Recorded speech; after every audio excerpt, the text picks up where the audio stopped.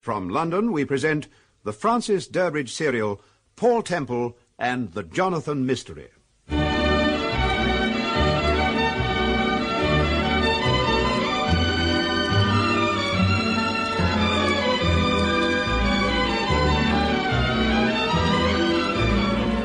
Episode 1, The Fergusons.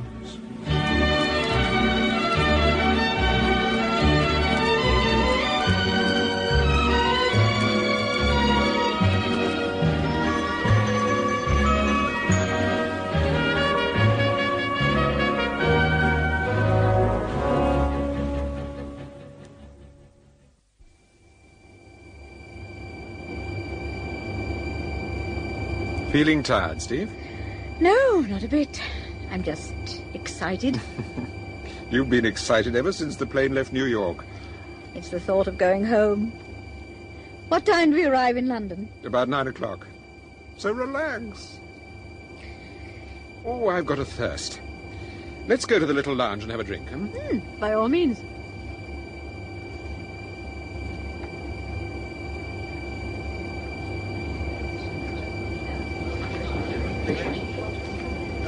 Pardon me, but I think you're sitting on my magazine.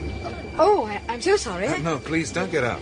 But I'm sure I've got your seat. No, really. Oh, sit down, Robert, and don't make such a fuss. I'm not making a fuss, Helen. We're flying the Atlantic. This isn't a bus on Fifth Avenue. I guess there's plenty of seats for everybody. Oh, there won't be if you put your magazines on them. Trust my wife to have the last word. By the way, my name's Ferguson, Robert Ferguson. Oh, mine's Temple. This is my wife. How do you do? Not Paul Temple. Yes, I'm afraid so. Oh, darling, I knew I was right. I told you, didn't I? I recognized you at the airport, Mr. Temple. No. I never forget a face, do I, Robert? Never? She thought you were Cary Grant. I wish he was Cary Grant.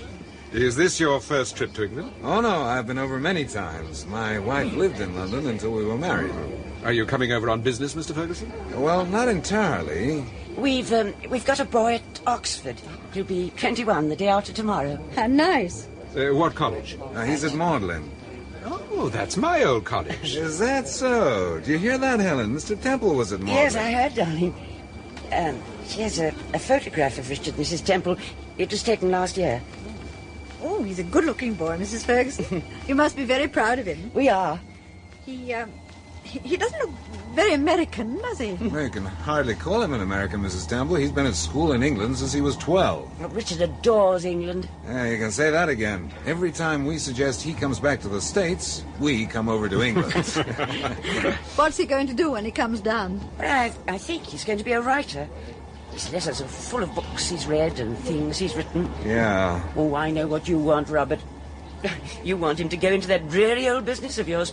But I don't believe in forcing a boy into doing anything he doesn't want to do. It's a great mistake. Don't you agree, Mrs. Temple? Well... If Richard wants to be a writer, okay, he's a writer. If he does decide to go into the old firm, well, it would make me very happy. Yeah, well, he won't go into the old firm. You know he won't. No. Well, I ask you, Mrs. Temple, fancy sending a boy to Oxford and then putting him in the furniture business? Now listen. Excuse me, sir, your drinks. Oh, thank you. Steve? Thank you, Dennis. Will you and Mrs. Ferguson join us? Oh, that's very kind of you, but we've got ours here. Well, here's to a pleasant trip, Mr. Ferguson. Thank you. And to your son, Richard. Yes. Happy birthday. Oh, that's kind of you. Mighty kind. Thank you, Mrs. Temple. To Richard. Richard. Richard.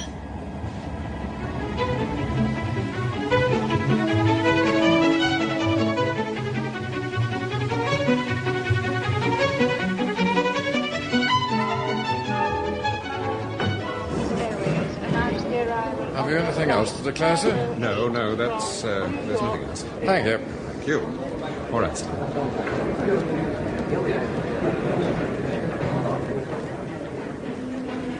Oh, there's Charlie. Where? Hello, Charlie. Good morning, Mrs. Hello, T. Charlie. Good morning, sir. Welcome home. Thank you, Charlie. You got the car? Yes, sir. It's all ready, sir. Everything's okay on the beam, sir. Good. I'll take the zip, Mrs. T. You hang on to the hat holes. Morning, Mr. Temple.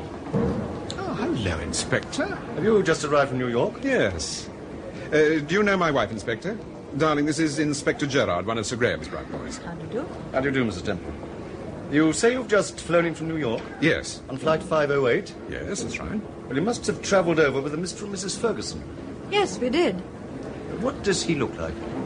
That's Ferguson over there, the tall man with the brown overcoat. Are you looking for them? Yes. Why? I'm afraid I've got some very bad news for them. Oh? Last night, their son was murdered.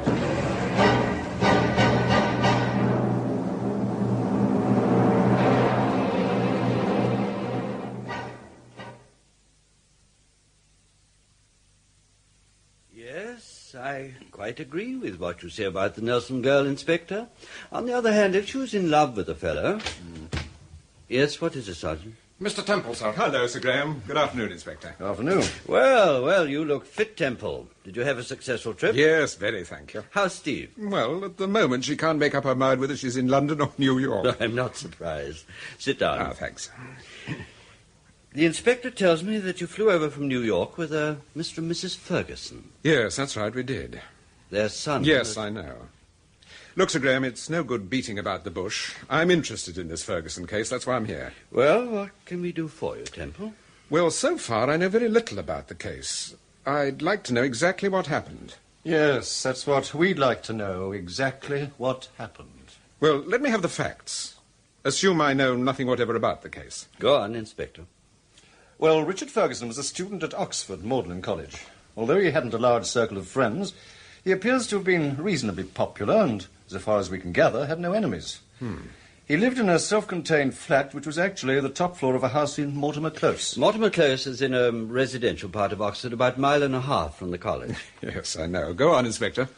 Well, the house belongs to a Mrs. Gulliver.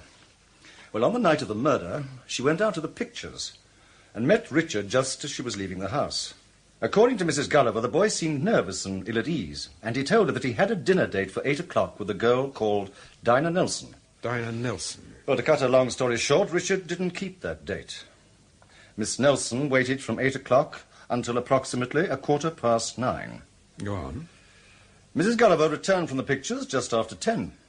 She heard no noise from the flat, and she assumed that Richard was still out with the girlfriend. The next morning, about 7:30, she took up his usual cup of tea. Have you got the photograph, Sir Graham? Yes, here it is.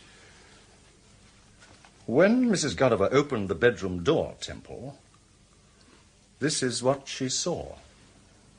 Good God.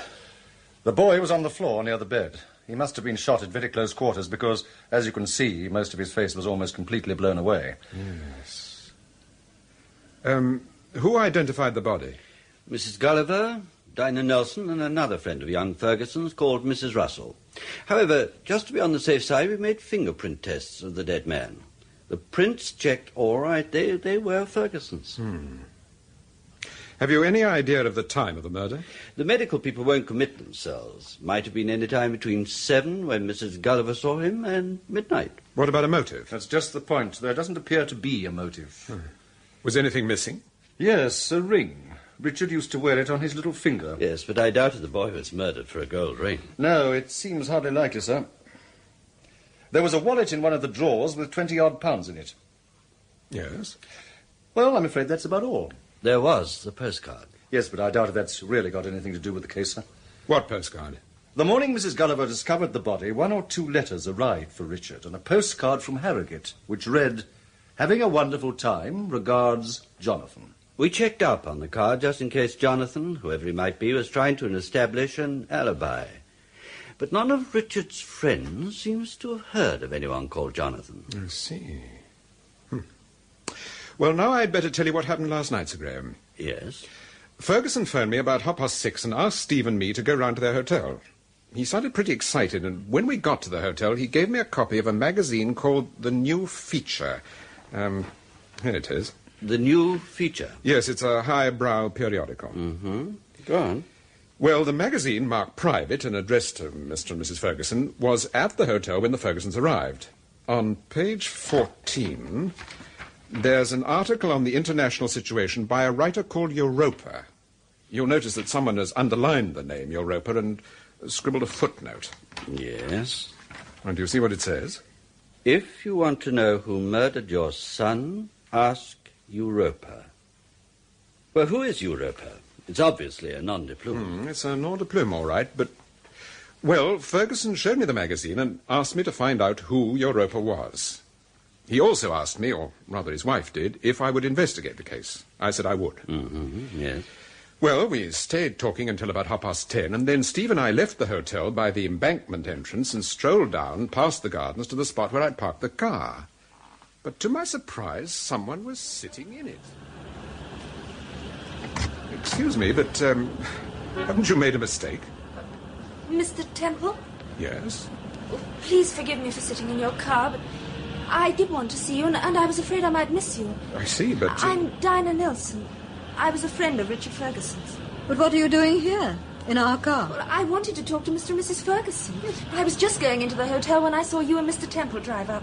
It was in the evening paper that you flew over from New York with the Fergusons. No, wait a minute, Miss Nelson. You get in the back, Steve. I'll sit in front with Miss Nelson. Yes, all right, dear.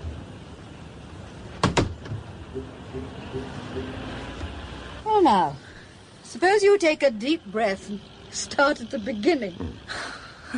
Thank you, Mrs. Temple. I was very friendly with Richard Ferguson. About 18 months ago, we became unofficially engaged. For about a year, we were terribly happy together.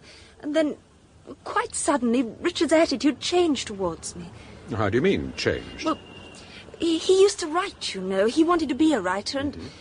Well, he suddenly got awfully cynical and bitter about things. He started criticizing me. He started to compare me with a woman called Mavis Russell. Who was she? Oh, she was a friend of Richard's, a writer. She's friendly with quite a lot of the students. Her real name is Mavis Russell, but she writes under the name of Europa. Does she, by Timothy? Go on, Miss Nelson. Well, to be quite candid, I don't like Mrs. Russell. I never have liked her. Oh, I suppose I was jealous of her. But, Mr. Temple, I think she had an evil influence over Richard. Evil influence? Oh, I no proof, no real proof of what I'm saying, but I think that directly or indirectly she was responsible for his murder. Is that why you wanted to see the Fergusons? To tell them about Mrs. Russell? Yes. Have you told the police what you think? Yes, I saw Inspector Gerard last night. Well, all he did was ask me a lot of silly questions about somebody I'd never even heard of. Somebody called Jonathon. Jonathon? Yes. Apparently, this person, Jonathon, sent Richard a picture postcard from Harrogate or somewhere, and the police can't account for it. As if it matters. Miss Nelson, what sort of a person is this Mrs. Russell? To meet, I mean. Oh, charming, good-looking, wealthy. when did you first meet her? Oh, about 6 months ago. My boss, Professor Dilright, gave a cocktail party, and Mrs. Russell was one of the guests. I introduced her to Richard. Miss Nelson, tell me, did you send a copy of the magazine, The New Feature, to Mr. Ferguson? The new feature? No. Why do you ask? Well, because someone did. With an interesting footnote about Europa, alias Mavis Russell. Well, it wasn't me, Mrs. Temple. It wasn't me. Oh, then you're not the only person who doesn't like Mrs. Russell. Well, that's what happened last night, Sir Graham. After our talk, Miss Nelson decided that she couldn't face the Fergusons, so we took her home. She's staying with a married sister, a Mrs. Mackintosh, for 2 or 3 days. My dear Temple, it's perfectly obvious that Miss Nelson sent Ferguson the magazine and that her theory about Mrs. Russell is pure imagination. Most theories are imagination, Inspector. Have you seen Mrs. Russell? Yes, I have, and she's a very charming woman. Ah, no doubt. Temple, do you remember an old friend of yours called Red Harris? Yes, of course, but I'd hardly call him an old friend. Well, you did him a favour. A very big favour, remember? Oh, yes, but that was a long time ago. I provided the evidence that proved he was innocent, that's all. But why mention Red Harris? Well, he spent 3 days in Oxford this week. He was there the night young Ferguson was murdered. Oh. Have you spoken to him? Yes. Well? Oh, he's got an alibi, a very good one. But I thought I'd mention it, Temple. Well, I'll take this magazine down to Rogers and get a report on the handwriting, sir. Yes, all right, Inspector. Temple? Yes? If you don't think Miss Nelson sent this magazine to Ferguson, then who do you think did send it? Your guess is as good as mine, Inspector. Yes, but what is your guess? Well, it might have been Mrs. Russell. Mrs. Russell? Good heavens, man, she wouldn't throw suspicion onto herself. Wouldn't she? It has been done, Inspector.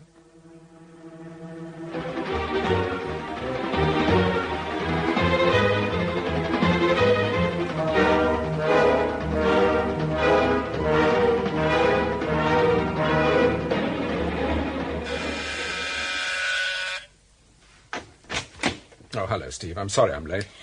I'll take your coat, darling. Thank you. Did you see Sir Graham? Yes, I've only just left the yard. Is there someone in the drawing room? Yes, it's Mr. Mackintosh. I told him you were out, but he insisted on waiting. He's some relation to Dinah Nelson. How long has he been waiting? Only 2 or 3 minutes. All right. Let's see what it's all about. Oh, good evening, Mr. Temple. Good evening. My name's Mackintosh, Reggie Mackintosh. Oh, well, what can I do for you, Mr. Mackintosh? Well, I understand you saw my sister-in-law last night, Mr. Temple, Dinah Nelson. That's right. Well, I suppose you're a very busy man, Mr. Temple, so I'd better come straight to the point. Yes, do. Well, you see, Dinah was very friendly with Richard Ferguson, the young man that was murdered. Yes, so she told me. Did she also tell you that the police asked her a lot of questions about a postcard? A card that was supposed to have been sent to young Ferguson by a friend of his called Jonathon? She did mention it, yes. Well, now, a rather curious thing has happened, Mr. Temple. Uh-huh. Oh, whether it's of any importance or not, I wouldn't like to say, but... Well? Well, when I went down to breakfast this morning, the post had already arrived. And there was this postcard in the letterbox. Okay. You can see for yourself it's addressed to Dinah and was posted in Harrogate. Having a wonderful time, regards, Jonathon. But that's just what was on the other card. Exactly, Mrs. Temple. But your sister-in-law, Miss Nelson, said that you'd never heard of anyone called Jonathon. I know. But what did she say when you showed her this postcard? I haven't shown it to her. You haven't? No. Why not?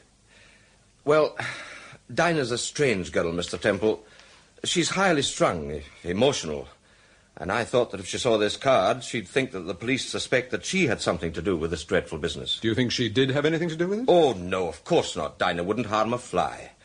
Besides, she was in love with Richard Ferguson. You don't murder the person you're in love with. Well, it has been known, Mr. Mackintosh. Tell me, was Richard a friend of yours, too? No. I don't suppose I met him more than half a dozen times. My wife and I used to go up to Oxford occasionally to see Dinah, and, well, naturally we bumped into Richard. Did you like him? Yes, I did. He was a pleasant chap. Oh, he took himself a little too seriously, perhaps, but I can't for the life of me imagine why anyone should want to murder him. How long is Dinah staying with you? 2 or 3 days. I believe she's due back on Monday. Do many people know that she's staying with you? Oh, well, I couldn't say.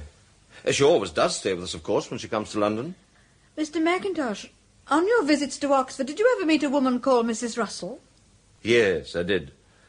She was a friend of Richard's. She used to encourage him a lot. With his writing, I mean. Yes, I don't think Dinah's very keen on Mrs. Russell. No, I rather gathered that.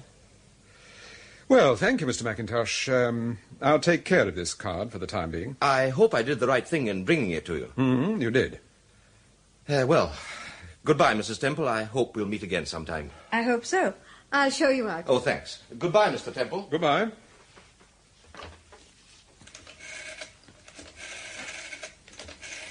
Who are you ringing, Paul? I'm trying to get hold of a man called Red Harris. Do you remember him, Steve? We met him about 6 years ago. Tall man, with a thin moustache. That's right. Why do you want to talk to him? Well, Sir Graham seems to think that he's mixed up in this business. I thought I might as well... Look, Steve, you take the phone. Ask for Harris. He's more likely to come to the phone if it's a girl speaking. All right. What's the number? Hopton 5921. It's a public house near the Elephant and Castle. I've an idea he'll be there. Hello. Hopton 5921? That's right. I want to speak to Mr. Harris, please. What, Mr. Harris? You got the wrong number, lady. Mr. Red Harris. Oh, Red. Who's it calling? His mother. Are you Doris? The cute little number he's always talking about? What do you mean, cute little number? Okay, I'll get him. Hold on. Well, what's happening? He's coming. All right. Give it to me. I'll take it. Doris? Listen, I told you not to ring me, didn't I? Hello, Red. How are you? Who's that? Who's it speaking? It's Temple. Paul Temple. Remember me? Simo said it was Doris on the phone. Yes, that's right, Red. There's nothing to worry about. It was my wife. I see. Well, what is it? What do you want? Oh, just a friendly chat. It's a long time since we met. It's about time we got together again, Red. Listen, I'm going straight now. I'm in the motor car wreck. Business. Second-hand cars. Straight as a die, Mr. Temple. Oh, that's fine. I'm delighted to hear it. What is it you want? You spent 2 nights at Oxford this week, didn't you? That's right. Why? What do you mean, why? There's nothing to stop me going up to Oxford if I feel like it, is there? Well, if you must know, I went up there on business. Picked up a car, a Lombard. She's a beauty. Only done 2,000 miles. You didn't meet a young man called Richard Ferguson by any chance? Well? Red, did you hear what I said? Yes, I heard. Now keep out of this Ferguson business. Don't be a damn fool, Temple. Keep out of it. Red, listen. Red! He's rung off. What did he say? Paul? What did he say? He said he was going straight. He said he was in the motor car business and... Steve, what time is it? It's just gone 6. Tell Charlie to get the car. I'm going to see Red Harris. I'm going to talk to him. I'll be back about 9.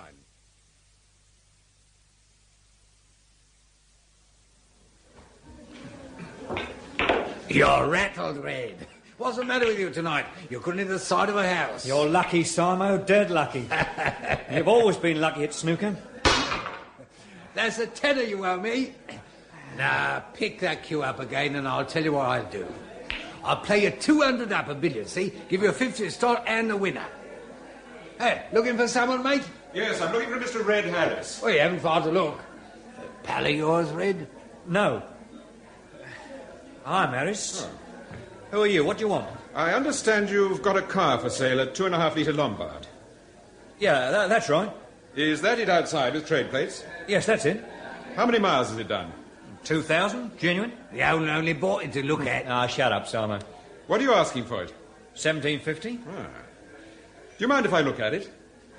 No, it's a pleasure. Yeah, I'll see you later, Simo. OK.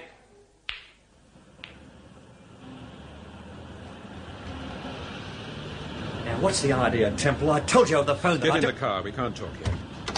We've nothing to talk about. Get in that car, Red. OK.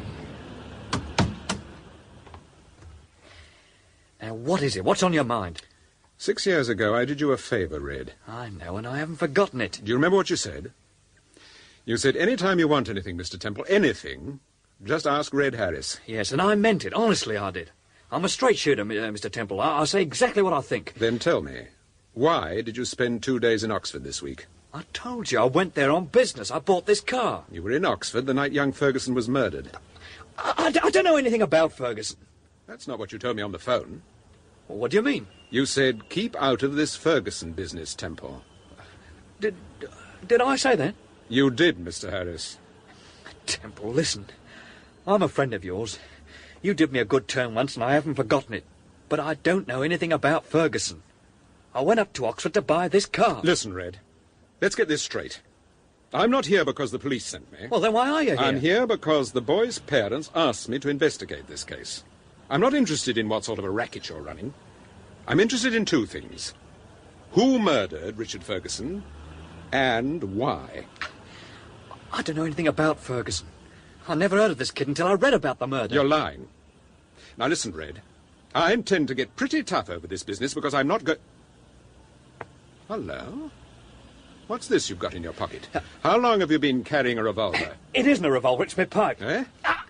Look, let go of my arm. Temple, leave go, will you? What sort of a pipe is this? You stupid fool to get mixed up in this sort of thing. Now, give it to me, will you? Give it back to me. Wait a minute.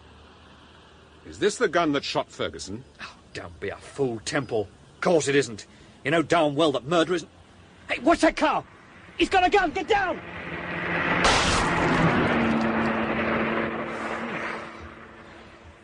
It's a good job I saw him. Otherwise he... Look, let's get back to the pub. I want a drink. Who was in that car? Who fired the shot? I don't know. But you recognised him. You knew he was going to shoot. I don't know who it was. I tell you, I don't know. I'm going back in the pub. I must have a drink, Temple. Red, wait a minute. You're mixed up in this Ferguson case. If you didn't murder Ferguson yourself, then you know who did. Temple, listen. You once did me a favour, OK. Now I'm doing you one. Keep out of this Ferguson business. But I'm in it already. And if you've got any sense, Reg, you'll talk. You'll talk to me now as a friend before it's too late. I'll tell you one thing, Temple, and then we're all square. I don't owe you a favour and you don't owe me one, OK? OK. They forgot the ring.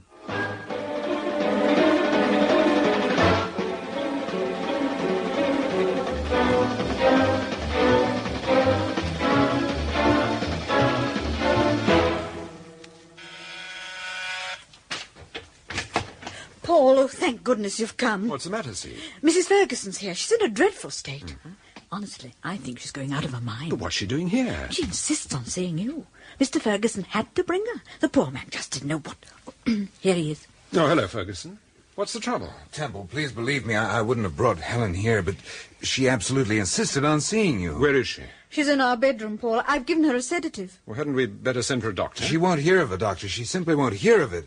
No, it's you she wants to see. This business seems to have unbalanced her. She's imagining all sorts of things, That's Temple. not true, Robert. Oh, Helen. Oh, hello, Mrs. Ferguson. Mr. Temple, I've got to talk to you. Well, here I am. Robert thinks I'm imagining things, but I'm not. I swear I'm not. I'm quite sure you're not, Mrs. Ferguson. You don't know what she's saying, But, Temple. Robert, it's true. I swear it is. Mr. Temple, I know you won't believe me. You'll think I've gone completely out of my mind. But do you know what happened this morning? Yes, Mrs. Ferguson. I know. You saw your son.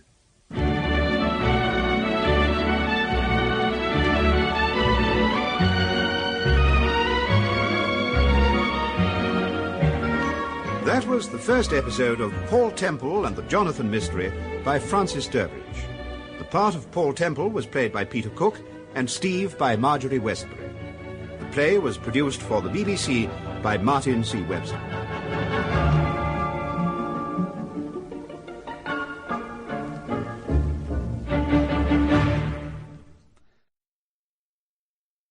From London, we present the Francis Durbridge serial Paul Temple and the Jonathon Mystery.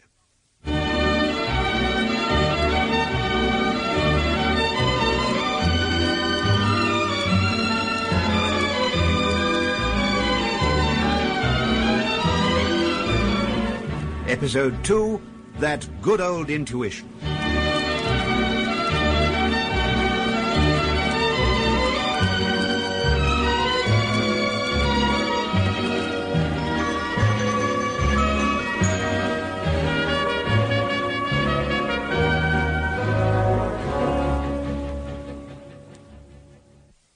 Ferguson? Mr. Temple, I've got to talk to you. Well, here I am. Robert thinks I'm imagining things, but I'm not. I swear I'm not. I'm quite sure you're not, Mrs. Ferguson. But you don't know what she's saying, But, Temple. Robert, it's true. I swear it's true. Mr. Temple, you'll think I've gone completely out of my mind, but do you know what happened this morning? Yes, Mrs. Ferguson, I know. You saw your son. Yeah. What? Paul, do you know what But you're how on earth saying? do you know that... I knew it. I knew it was Richard. He is alive. Isn't he, Mr. Temple? Helen, please, darling, please. You see, you wouldn't believe me, Robert, but Mr. Temple believes me. He knows I'm telling the truth. Now, wait a Don't- minute, Mrs. Ferguson. Wait a minute, please. Temple, what the devil does this mean? You've got to explain. Now, just wait a minute, please. Now, are you all right, Mrs. Ferguson? Oh, yes, I'm all right, thanks. Well, we can't talk standing here. Let's go into the drawing room. Now, what's this all about, Temple? How did you know that my wife was under the impression that she had seen Richard? But I did see All him. right, my dear. Now, let's hear what Mr. Temple's got to say. Ferguson, I don't think you quite understand the position. What do you mean? If your wife did see Richard, then I'm afraid you're facing a very difficult situation. How do you mean, Paul? Well, before I explain, Mrs. Ferguson, I want you to tell us what happened this morning. And please, just because your story sounds fantastic, don't imagine that we're not going to believe you. Oh, go on, Helen. Well, I've been almost frantic ever since I heard the news about Richard. Of course. She spent most of last night crying, but this morning I finally persuaded her to go for a walk. Well, I went downstairs with Robert, and while he was getting his overcoat from the cloakroom, I went outside the hotel and stood in front of the main entrance. Was this the front entrance facing the Strand? Yes. Go on. Well, Robert was rather a long time. There'd been some confusion over the cloakroom ticket, and I stood talking to the commissionaire. I don't remember what we were talking about. Anyhow, while he was talking, I suddenly looked up, and there, a few yards away, standing on the opposite corner, watching me, was Richard. Helen. Oh, he was Richard. Well, I stood there, transfixed. After a moment, he put his hat on, turned round, and disappeared into the Strand. I just didn't know what to do. And when Robert came, I told him what had happened, and of course, well, he didn't believe me, but it was Richard. Ferguson, did you ask the commissionaire whether he'd seen the young man? Oh, he saw a young man, all right, but Temple, how could it have been Richard? I saw Richard this morning. I identified the body. Did you actually identify the body? What do you mean? Now listen. Before you even saw the body, you were convinced that your son had been murdered. He'd already been identified by 3 people and by a fingerprint test. Yes. Now, the point is this, and it's important, Ferguson. Quite apart from what you'd been told, did you personally see any definite marks of identification? No, I didn't. Richard had no definite marks, no special peculiarities. Of course, it was impossible to identify the features because of the shot. Well? Well, he was the same build as Richard. The same coloring. He was dressed in one of Richard's suits. And he was found in the flat. But you're not certain, are you, Ferguson? You're not 100% certain. Oh, I don't know. Temple, do you think there really is a chance that Richard's still alive? Yes, I do. You see, Robert? But why, Temple? I've just been talking to a man called Red Harris. He gave me certain information which made me suspect that your son had not been murdered. When I got home and Steve told me that Mrs. Ferguson was here and almost demented, I guessed what had happened. But, Temple, if Richard isn't dead, then who was murdered? Now, wait a minute. A few moments ago, I told you that you were facing a very difficult situation. Believe me, I didn't exaggerate. I think I know what that situation is. What do you mean, Mrs. Temple? Well, if Paul is right and Richard is alive, then obviously, well, he's got to be found. Of course. We shall need your help, Ferguson. We shall need all the help we can get. But, Mr. Temple, don't you understand? We want to find Richard. Wait a minute, Helen. I think I see what you're getting at, Temple. You think that Richard committed the murder. Oh, no. Well, you think that he deliberately fostered the impression that he was the victim so the that moment I convince Scotland Yard that Richard Ferguson isn't dead, they'll get a warrant out for his arrest. Oh, I don't believe that Richard committed the murder. I just don't believe Helen, it. please. How can we help you? I want you and Mrs. Ferguson to go back to the hotel. During the next few days, lead your normal life. Go shopping. If you've got any business appointments, keep them. You do think Richard will get in touch with us? Well, I think there's a chance, Mrs. Ferguson. A very good chance. And if he does? Phone me immediately. Or Inspector Gerard. Excuse me, Yes, sir. what is it, Charlie? Sir Graham Forbes is here, sir. I've put him in the study. Oh, thank you, Charlie. Did you ask Sir Graham to call? Yes, I phoned him about an hour ago. Steve, go and have a word with him. I'll be with you in 2 or 3 minutes. Yes, all right. Goodbye, Mrs. Ferguson. Goodbye. Try not to worry too much. Oh, thank you. I feel now that there really is a chance that everything can be fine again. I hope you're right, Helen. I certainly hope you're right. Well, I'm not convinced, Temple. Just because Mrs. Ferguson imagined she saw her son... Sir Graham, listen. Harris said they forgot the ring. Now, what do you think he meant by that? Well, there's only one possible explanation. The ring was not stolen because it was never on the body, for the simple reason that the body was not the body of Richard Ferguson. But, Temple, Sir Graham, you mentioned the fingerprint test. But what does the test consist of? We took the fingerprints of the dead man and compared them with those of Richard Ferguson. They were identical. Had you a record of Ferguson's prints? No, but... Well, then how were you able to compare them? We did what we always do in a case of this kind, Steve. We tested various objects in the flat. Ferguson's cigarette case, his razor, his wallet, his hairbrush, and so on. His fingerprints were on every one of them. They were the fingerprints of the dead man. I don't question that, Sir Graham. I simply question whether the dead man was Richard Ferguson. Look here, Temple, what you're saying is this. Someone was murdered, taken to Richard Ferguson's flat, and dressed in his clothes. The people responsible then proceeded to plant the fingerprints of the murdered man on Richard's personal effects. Knowing full well that you would test them in order to get a sample of his fingerprints. You haven't got Richard Ferguson's fingerprints, Sir Graham. You've only got the fingerprints of the dead man. No, I can't believe that, Temple. Now, look, if the murdered man isn't Richard Ferguson, then who is he and why was he murdered? Well, if it comes to that, why was Richard Ferguson murdered? Supposing you're right, Paul, and what you say actually did happen, then this person, the person that committed the murder, must be very thorough. But of course he's thorough. Then why did he forget the signet ring? Even if he hadn't Richard's ring, you'd have thought he'd have substituted one. Now, look, let's assume that before young Ferguson was shot, he put up a pretty good fight. And during the course of the fight, the signet ring came off. Mm-hmm. The people, or person, responsible for the murder, then tidied the room but forgot the signet ring. Surely that's what Red Harris meant. I don't agree. Anyhow, your people would have found it.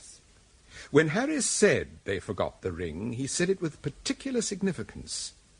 In any case, Sir Graham, you can't ignore the fact that Mrs. Ferguson saw Richard. Oh, nonsense, an hallucination. The woman's overwrought and highly strung. In my opinion, she saw a young man who looked like Richard, and being in a nervous state... Yes, what is it, Charlie? I'm awfully sorry, Mrs. Temple, but Mr. Mackintosh is here and he insists on seeing Mr. Temple. I told him you was engaged, but he won't listen. Mr. Temple, I'm sorry, but I must speak to you. Oh, this is Sir Graham Forbes, Mr. Mackintosh. Yes, we've met before. Mr. Temple, there's something I've got to tell you. It's important. Terribly important. Well?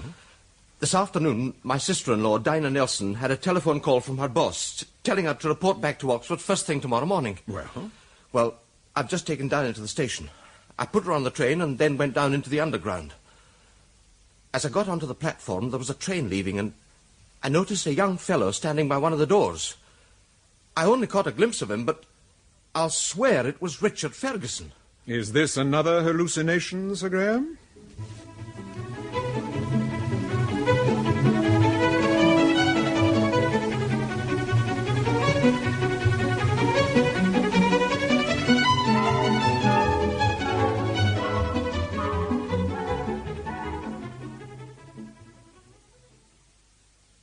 Would you like some more coffee? Yes, please, darling.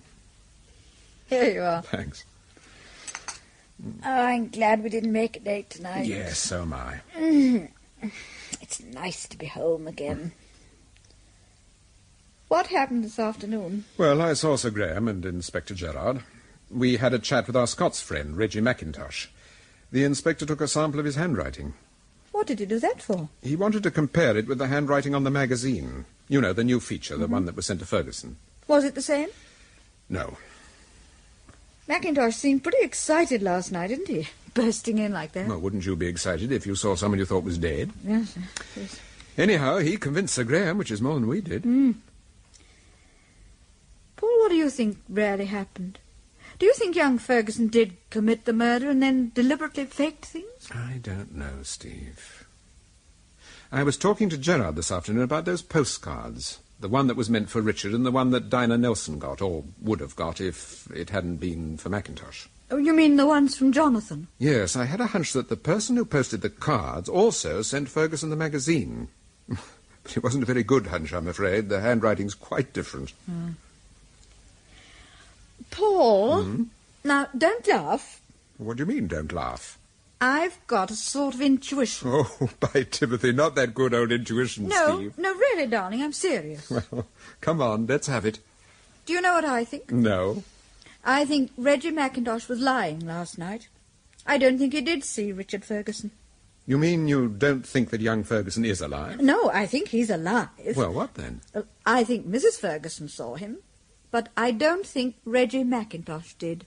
Well, if he didn't see him, what on earth was the point of saying that he did? Oh, I don't know, darling.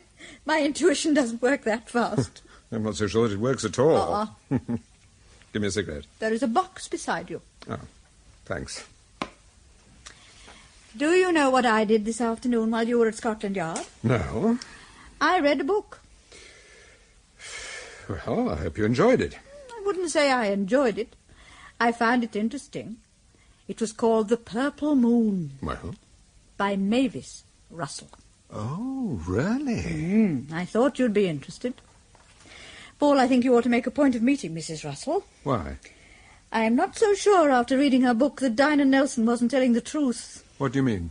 I think Mavis Russell might quite easily be the sort of person who could have an evil influence on an impressionable young man.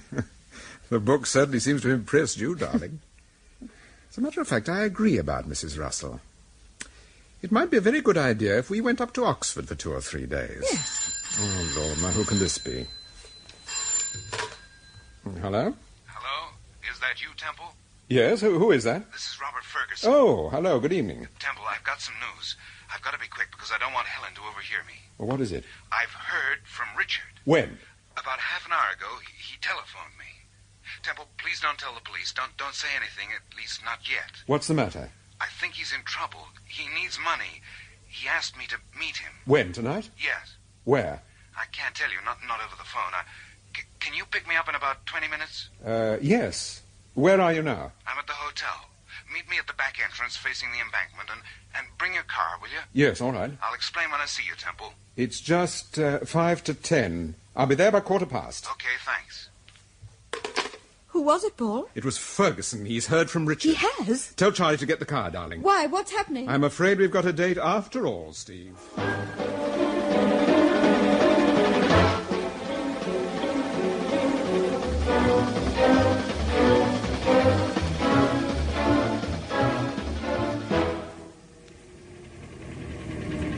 Oh, what a night. I can hardly see through the windscreen. Oh, there's Ferguson. Where? By the lamppost. Oh, yes. I don't think he's seen us. You better blow the horn. What's the matter with the fellow? He's seen us. Hello. Oh, jumped in, Ferguson. Thanks. I'm sorry, Temple. I did see you, but I couldn't make it. What is it, Mr. what's the matter? Ferguson?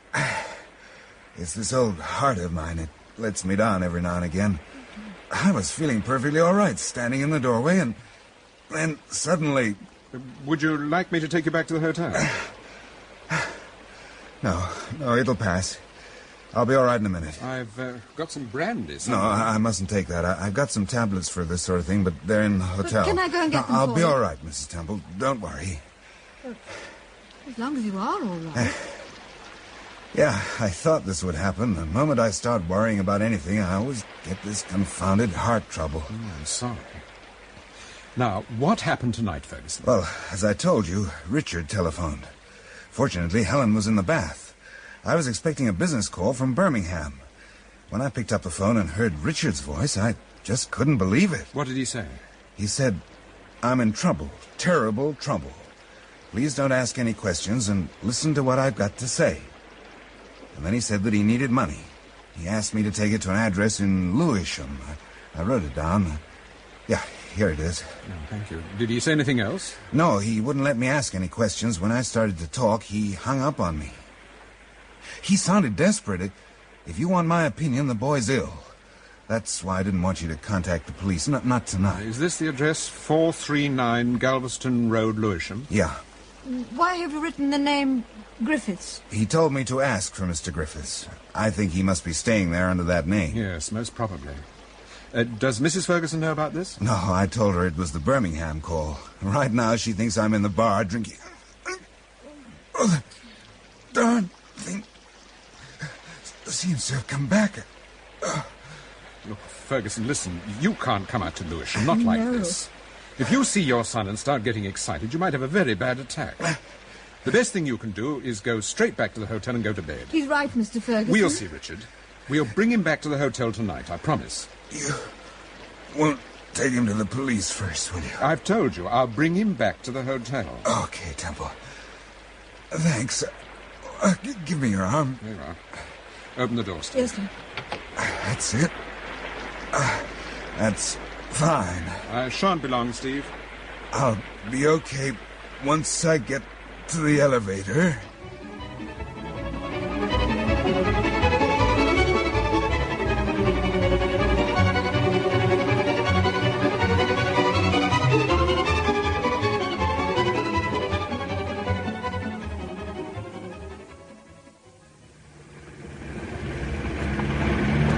I'm not so sure that it's on this side of the road. No, it must be. We passed 403 ages ago. Ah, here we are, 439. I don't see the number. It's on the gate. That might be anything. Anyhow, we'll try it. We'd better make a dash for it. Oh, what a night.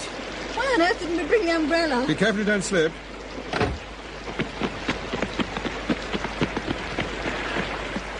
Phew. Oh, isn't it awful? Oh, I'm drenched. Oh, what a delightful-looking establishment. Yeah. I should think young Ferguson's finding this a bit of a come-down. Yes. Oh, let's try again. Do you think there's anyone in? Yes, I think so. There's a light showing. Ah, someone's coming now. Oh, good evening. Who is it? What do you want? We've an appointment with Mr. Griffiths. Oh? You expecting you? Yes, I've told you. We've an appointment. Bit late for appointments, isn't it? Nearly 11:30. Mr. Griffiths asked us to come. It's very important. Well, I don't know, I'm sure. I haven't seen you before, have I? You're not one of the regulars. Look, Mrs. Parsons is the name. Mrs. Parsons, we can't stand out here. The rain's pouring off your roof. It's like standing under a waterfall. Well, you better come in. Ah, thank you. You'll find Mr. Griffith in his room. It's the door at the top of the stairs. Ah, thank you. Oh, wait a minute. I'll put the light on. Is that the room up there? Oh, yes. Oh, perhaps you'd better wait down here. I'll pop up and tell him you've arrived. He's a bit on the fussy side of Mr. Griffith. Thank you.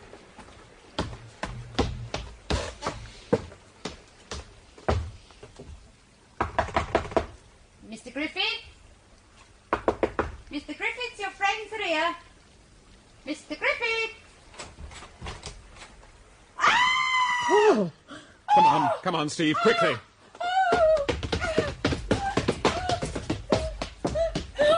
He's dead! Dead! And there's blood all over the floor! Oh, my God, what's happened? What's happened? Stay here, Steve, with Mrs. Parsons. I'm going into the bedroom. All right, dear. He's dead, isn't he? I saw him as soon as I opened the door. I could see the body near the bed. There's blood all over the carpet. Blood everywhere. Oh, and it's terrible. What will people say? What will they say?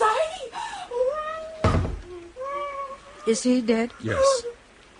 Mrs. Parsons, that man in there, the man that's been murdered, is that Mr. Griffiths? Oh, yeah.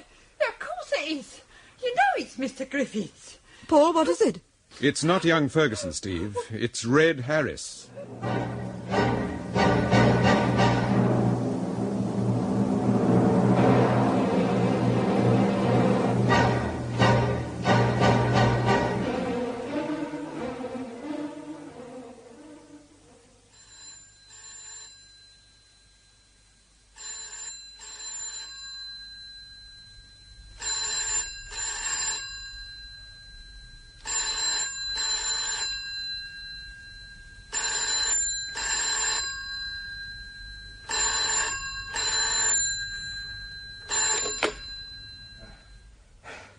Hello? Hello. Is that you, Temple? Oh. Hello, Sir Graham. You've only just caught us. We were halfway down the stairs. Where are you off to? Oxford? Yes. How did you guess? The inspector told me. Ah. He said he thought you'd probably be going up there for 2 or 3 days. Yes, I want to meet Mrs. Russell and one or two of the university people. Well, I'll phone Max Wyman and tell him to look you up. Max Wyman?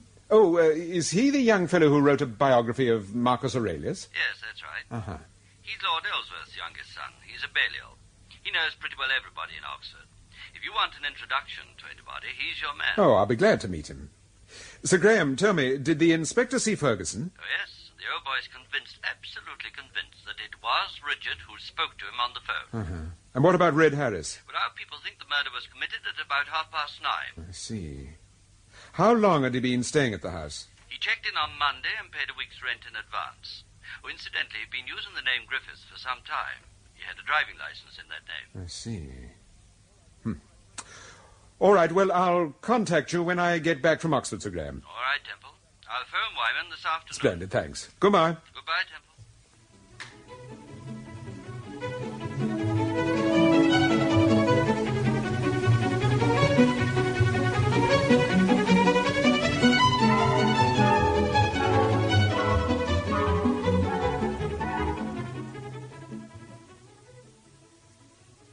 Where would you like me to put these shirts, Paul?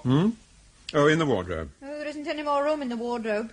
I'd better put them in the chest of drawers. What do you mean there isn't any more room in the wardrobe? How many dresses have you brought down here? By Timothy, Steve, you really are the limit. This is Oxford, not the south of France. You can't expect the wife of a successful novelist to go around looking like a tramp. No, come off it, come off it. I've got wires to that one. Hello? Mr. Temple? Yes? This is the hall porter speaking. There's a gentleman to see you, sir, a Mr. Wyman. Oh, send him up, please. Very good, sir. It's Sir Graham's friend, Max Wyman. Oh. Give me a hand with this dress, darling. All right. Oh, keep your head down. Careful, or you'll tear it. But, I suppose you'd better invite Wyman to dinner. He'll probably be a very useful contact while we're down here. Yes. Zip me up the back, darling. Okay. There. I wonder if Wyman knows Mrs. Russell. Didn't Sir Graham say he was Lord Ellsworth's son? Yes. Then he knows Mrs. Russell. She'll have seen to that, all right. Yes, I expect so. Oh, here he is. Now, come in, Mr. Wyman. Thank you. Sir Graham phoned me, Mr. Temple. He said you were staying down here for 2 or 3 days, and he asked me to look you up. Oh, that's very nice of you. This is my wife. Steve, this is Mr. Wyman. How do you do? You probably think it's odd my dropping in on you quite so soon, but Sir Graham said you were rather anxious to meet Mrs. Russell. Yes, as a matter of fact, I am. I understand she was a very close friend of young Ferguson's. Yes, I suppose she was. But Mavis is like that, you know. She doesn't just know people, she's always very close to them. How long have you known Mrs. Russell? Oh, 2 or 3 years. At one time we saw rather a lot of each other. She thought of writing a book on Justinian I. You know, the Roman emperor, the fellow who bumped off that blighter Phocas. Well, I'm supposed to be rather bright on that particular period, so dear Mavis picked my brains for a month or two. She's a jolly good picker, too, when she gets going. And did she write the book? No, she didn't. She changed her mind and wrote an absolute shocker called The Purple Moon. Oh, Mr. Wyman, you're a man after my own heart. Anyhow, to get to the point. Mavis is giving a cocktail party tonight at 7 o'clock. She's invited me and a girlfriend. Well? Well, I thought it might be a very good idea if Mrs. Temple turned out to be the girlfriend. Ah, yes, a very good idea. And then later on, Mrs. Temple can introduce you to Mrs. Russell. It strikes me as a much better idea than just you sort of barging in on her. I agree. How about it, Steve? I'm game. Well, in that case, I think we ought to be making a move. It's nearly 7 o'clock now. Yeah. What time will you be back? Oh, 8:30 at the latest. I'll drop Mrs. Temple at the hotel. No, don't do that. Let's all have dinner together, say 9:15. Thanks. By the way, I expect you know Dinah Nelson. Oh, very well. Now, she was a close friend of Richard's. Miss Nelson is under the impression that Mrs. Russell exercised a sort of evil influence over him. Well, it all depends what you mean by an evil influence. Richard was very impressed by her, but he was rather an impressionable young man. Are you impressed by her? Not in quite the same way. Are you ready, Mrs. Temple? Yes, but you'd better make it Steve. Yes, I think I'd better, Mrs. Temple. Steve. Tell the hall porter to send up the evening paper, darling, will you? Don't forget. Yes, all right, Paul.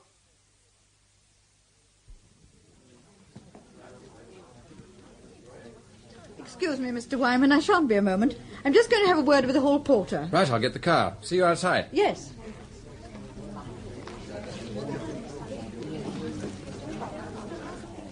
Would you send an evening paper up to room 175, please? And tomorrow morning... Mrs. Temple? Yes? You're wanted on the telephone, madam. Will you take it over here, please? Yes, of course. Here you are, madam. Thank you. Oh. Hello, Mr. Wyman. Didn't you get the car? No, I thought I'd wait for you. Will you excuse me a moment? I'm wanted on the telephone. Yes, of course. Hello? Steve, where are you speaking from? I'm in the hall. In a box? No. Are you alone? No. Is Wyman with you? Yes. Can he overhear what I'm saying? Oh, I don't think so. Listen, Steve. That man's an imposter. He isn't Max Wyman.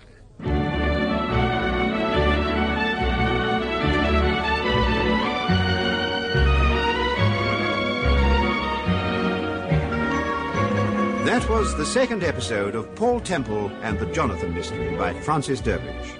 The part of Paul Temple was played by Peter Cook and Steve by Marjorie Westbury. The play was produced for the BBC by Martin C. Webster.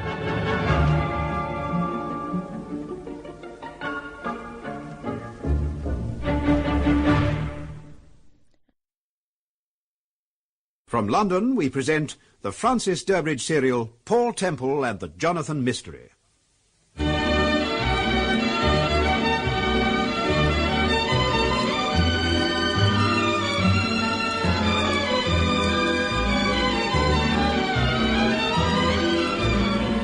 Episode 3, The Ring.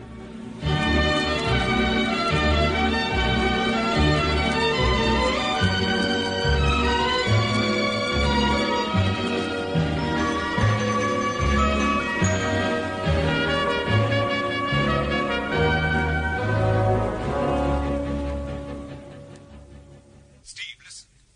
That man's an imposter. He isn't Max Wyman. Oh? Really? What an extraordinary thing. You heard what I said? Yes. Is he still standing near you? Fairly. Now listen. go outside, walk up to the car with him, and then suddenly pretend that you've left your handbag in the bedroom and come back to the hotel. I'll see you in the hall.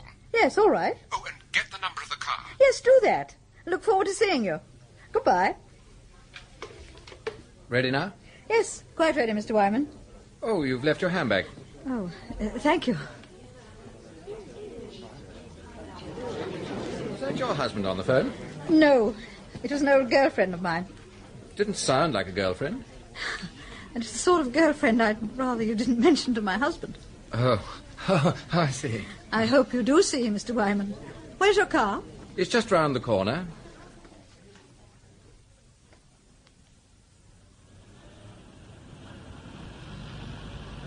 This is rather a dashing car. What is it? It's a new Phoenix. Is it jet-propelled?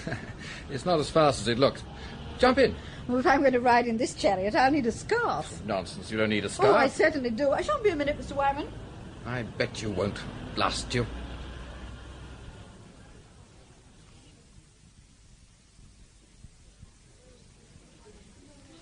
All right, Steve. Yes. Where is he? In the car? Yes, but I think he suspects something. I left my handbag on the desk and he spotted it. Where is the car? Just round the corner. Come on, then.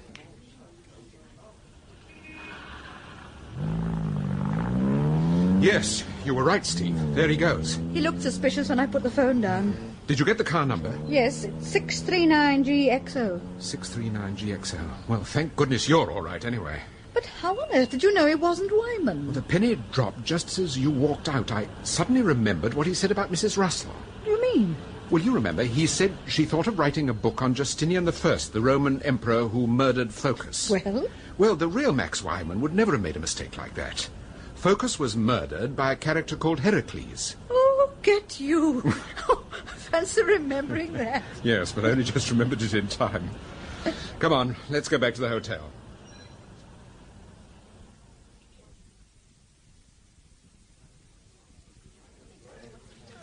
Will you get me a call to London, please? Oh, certainly, sir. Putney 9301. A personal call to Sir Graham Forbes. Very good, sir. Oh, by the way, that gentleman, Mr. Wyman, have you ever seen him before? No, madam. Oh, Mr. Temple, here's your evening paper. Oh, thank you. Why, Timothy. What is it? Well, look at the front page. The Fleet Street boys have certainly gone to town. Is Richard Ferguson alive? Mystery of university undergraduate Paul Temple in Oxford. Someone must have talked. It's either one of the Fergusons or Reggie Mackintosh. Yes. Come on, let's go up to our room.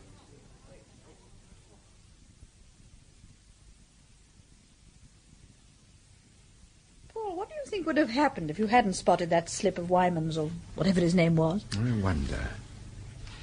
You know, Steve, it's my bet that whoever's behind all this must think that I'm on to something. And tried to abduct me in order to divert your attention. Exactly. I suppose all that talk about a cocktail party at Mrs. Russell's was nonsense. Yes, of course. Well, that'll be your call to Sir Graham. Oh, yeah. Hello? Your call to London, sir. Hold on a moment, please. Hello? Hello, Sir Graham. Temple here. Oh, hello, Temple.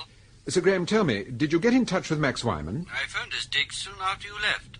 Unfortunately, Wyman's away. He's not due back in Oxford until tomorrow night. Who did you speak to? What do you mean? Well, who did you speak to when you phoned? I spoke to a young fellow called Rudolph Charles. He said he was a roommate of Wyman's. Did you leave a message? Yes, I told him to tell Wyman that you were staying at the Star Hotel. Why, is anything wrong? Yes. Someone impersonated Wyman and tried to abduct Steve. What? We got the car number, 639GXO. I'll get the Oxford people onto that straight away. Sir Graham, what did this fellow Charles sound like? He was a foreigner, rather an attractive accent. He seemed a pleasant sort of fellow over the phone. Temple, you don't think that he impersonated Wyman? No, it doesn't sound like it. All right, thank you, Sir Graham. I'll keep in touch. Goodbye. Goodbye, Temple. Sir Graham telephoned Wyman, but he was away. Sir Graham left a message with a man called Rudolph Charles. Do you think it was Charles who impersonated Wyman? I doubt it. You know, Paul, this is a very curious case, isn't it? What do you mean? Well, take Red Harris. He was mixed up in this case. He must have been, otherwise he wouldn't have been murdered. But Red Harris was hardly the sort of man to associate with young Ferguson. It rather depends what young Ferguson was up to. And then take this man tonight. who impersonated Wyman. He was a very different type from Red Harris. Oh, well, give me the Red Harris type every time. Yes, I know, darling, but what I'm getting at is this. It seems to me that we're up against something a little different this time. We're up against something... Oh, all right. I'll go. Mr. Temple? Yes? My name is Rudolph Charles. I'm a friend of Max Wyman's. I spoke to Sir Graham Forbes on the telephone. Yes. Come in, Mr. Charles. I'm delighted to meet you. Thank you. I hope I'm not intruding. No, not at all. As a matter of fact, I intended to call you later this evening. May I introduce my wife? This is Rudolph Charles, Steve, the young man Sir Graham mentioned. He's a friend of Max Wyman's, the real Max Wyman. What do you mean, Mr. Temple? The real Max Wyman? Well, a short while ago, a young man called on us and introduced himself as Max Wyman. But Max is in Scotland. He's not due back until tomorrow night. I told Sir Graham that over the telephone. Yes, I know you did. Why should anyone want to impersonate Max? Mr. Charles, did you tell anyone that you'd spoken to Sir Graham? No. You didn't mention to any of your friends that I was staying here and that Sir Graham wanted Max Wyman to look me up? No, why should I?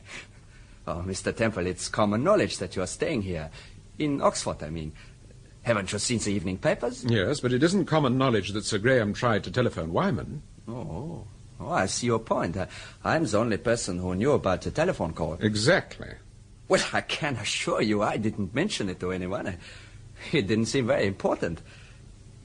Mr. Temple, I'll tell you why I called on you this evening. In one of the London papers, there's a report that a man called Reggie Mackintosh? That's right. There's a report that he saw Richard Ferguson in London 2 days ago. He swears it was Ferguson he saw. Well? Well, is there any truth in it? Supposing I said there was some truth in it. Then that would explain a great deal. What do you mean? The morning after Richard Ferguson was murdered, or shall we say the morning after the body was discovered, a friend of mine thought she saw Richard go into the encounter. She actually followed him into the restaurant. When she got inside, however, the place was empty. Well, naturally, Elliot laughed at her. He thought it was a hallucination. Elliot? Yes, Mark Elliot. He owns the encounter. Was Mr. Elliot a friend of Richard's? Yeah, in a casual way. I see. Mr. Temple, do you think my friend really did see Richard? How well did you know Richard Ferguson? Oh, not very well. We met at debating societies, that sort of thing. He was not a personal friend of mine. Was he a personal friend of this girl's? No, I don't think she'd met him more than 2 or 3 times. Oh, then she was probably mistaken. It was most likely someone else she saw. We're just going down to have a drink. Will you join us? I should like to, but I have a date at 7:30. Some other time, perhaps? Yes, of course. Goodbye, Mrs. Temple. Good night, Mr. Charles. I'll get Max to give you a ring the moment he returns from Scotland. Thank you. Oh, by the way, did you ever meet a friend of young Ferguson's called Jonathon? Jonathon? Yes. No, I'm afraid not. Why? Oh, I wondered, that's all. Good night, Mr. Charles. Good night. Well, I don't care for that young man. You don't? Why not? He's far too attractive. And that accent. I will get Max to ring you the moment he returns from Scotland. Oh, come on. Let's go down and have a drink. Oh, Paul, why do you think Reggie Mackintosh gave that story to the press? About seeing Richard, I mean. Sir Graham told him to keep it quiet. He made quite a point of it. Yes, he did, didn't he, Steve? Come on, darling. Drinks.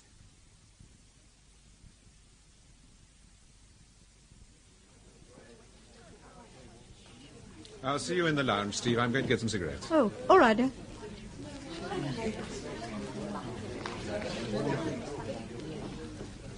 Have you any cigarettes? Oh, I'm sorry, sir. I haven't got any here at the moment. No, it's all right. I'll get some at the bar. Oh, very good, sir. Oh, good evening, Mrs. Russell. Good evening, George. How are you these days? Oh, I'm very well, thank you. Can't grumble at all. Well, it's a long time since we saw you, madam. Yes. George, tell me, have you got a Mr. Temple staying in the hotel? Well, you mean Mr. Paul Temple? Yes. Why, this is Mr. Temple, madam. Oh, I beg your pardon. Mrs. Russell? Yes. What can I do for you? Well, I don't know whether you've heard of me or not, Mr. Temple, but I was a friend of Richard Ferguson. Yes, of course I've heard of you, Mrs. Russell. As a matter of fact, my wife's just finished reading a book of yours, The Purple Moon. Oh, that. Curiously enough, Mr. Temple, I've just finished a book of yours, The Dorking Murder. Oh, that. The papers say you're investigating the Ferguson case. Is that true? I'm certainly very interested in the case. Well, perhaps you don't know, but I'm considered a suspect in the Ferguson case. Really? Oh, yes. I'm the notorious Mrs. Russell, who influenced an impressionable young undergraduate. You sound as if you've been talking to Dinah Nelson. Oh, she isn't the only one who thinks that way. No? Half Oxford is convinced that if I didn't actually murder Richard, I most certainly had something to do with it. Have you seen tonight's paper, Mrs. Russell? Of course I have. That's why I'm here. I wouldn't have known that you were in Oxford if I hadn't read... Oh, you mean that absurd story? Of course Richard's dead. I hope to identify his body. I think this man Mackintosh must be out of his mind. I'm surprised at the press falling for such nonsense. Supposing I told you that at least 2 other people had seen Richard. Then I should say that Mr. Mackintosh wasn't the only person who needed his head examined. Well, let's join my wife, Mrs. Russell. She's in the lounge. But you don't really believe this story, do you? You don't think that Richard Ferguson is alive? Yes, I do. But it's nonsense, absolute nonsense. In any case, I know he's dead. How do you know? I had a letter this afternoon from the man who murdered him.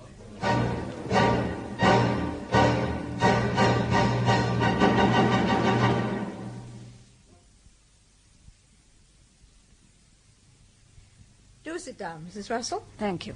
Paul, you have the other chair. I'll sit on the bed. Good. I'm sorry dragging you up to our bedroom, but we can at least talk more freely here. Oh, yes, of course. Well, now, Mrs. Russell, about that letter. Before I show you the letter, I want to talk to you about Richard. I want to make quite certain that you understand my side of the story. I'll do my best.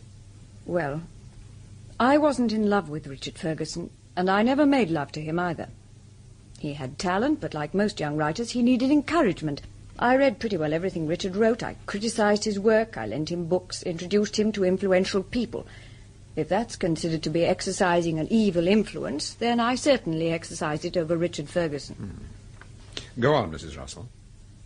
When Richard was murdered, certain people suggested I was responsible. But surely... Oh, they didn't actually accuse me of committing the murder, but they insinuated that I'd introduced him to the wrong people. Insinuations are of very little importance. It's what the police think that really matters. Yes, but that's just the point. I believe the police think that I really did have something to do with the murder. Show me the letter you received. It's simply a typewritten note, unsigned. It arrived by the first post this morning. Oh, may I see it? Read it out, Paul. Dear Mrs. Russell, I feel quite sure that you, more than anyone else, would like to have the enclosed. It belonged to Richard Ferguson. What makes you think this note was sent by the person who murdered Ferguson? Because this is what he sent me. The signet ring? Yes. If the person who wrote that note didn't murder Richard, then how did they get hold of the ring? Is it Ferguson's ring? Yes. You're sure? Quite sure. So you believe that young Ferguson was murdered, and the murderer stole the signet ring, and then, for some reason which isn't at all clear, sent it to you? Yes. Where was the letter posted, Paul? London, SW7, last night. Did you ever meet a friend of Richard Ferguson's called Jonathon? Jonathon who? I don't know. The reason I ask is because a postcard arrived after the murder. It was signed Jonathon. So far, the police have been unable to locate the sender. Is it important? Everything's important when you're investigating a murder. Have you looked at this ring very closely? Why? Have you noticed what's on the inside? No. There are some letters and numbers. You can see them quite clearly, look. A4D4. Oh, that's funny. I never noticed that before. You've no idea what it means? Not the slightest. I'm afraid I shall have to keep it and the note for the time being. Yes, of course. Mrs. Russell, you said you introduced Richard to quite a lot of influential people. Did you introduce him to a man called Mark Elliot? Yes, I did. He runs a restaurant, doesn't he? He owns a restaurant, the Encounter. If you're staying in Oxford for any length of time, you'd be well advised to try it. How old is Mr. Elliot? Oh, middle 40s. Is he married? No, he's a bachelor and a teetotaler. Does he live in Oxford? Yes, he has a very beautiful flat above the restaurant. Was he a great friend of Richard Ferguson's? No. I don't think Mark liked Richard very much. You know, Richard was a very peculiar boy. I was very fond of him, but, well, he could be very difficult at times. How do you mean, difficult? Well, sometimes he talked too loudly and too often about things he knew very little about. I understood him. I knew it was all part of a boyish enthusiasm. I'm afraid Mark wasn't quite so tolerant. I can understand that. Mrs. Russell, don't you sometimes write for a magazine called The New Feature? Yes. I write a weekly article for them under the name of Europa. Why? Someone sent Mr. and Mrs. Ferguson a copy of that magazine. The name Europa was underlined. The person who underlined it also scribbled the words, "If you want to know who murdered your son, ask Europa." What a beastly thing to do. I'm inclined to agree. Have you any idea who did it? No. No, I haven't. It might have been any one of my dear friends. Mr. Temple, tell me quite frankly, do you think I murdered Richard Ferguson? No, I don't. For the simple reason that I don't think he was murdered. But I'd still like to know who sent the Fergusons that magazine.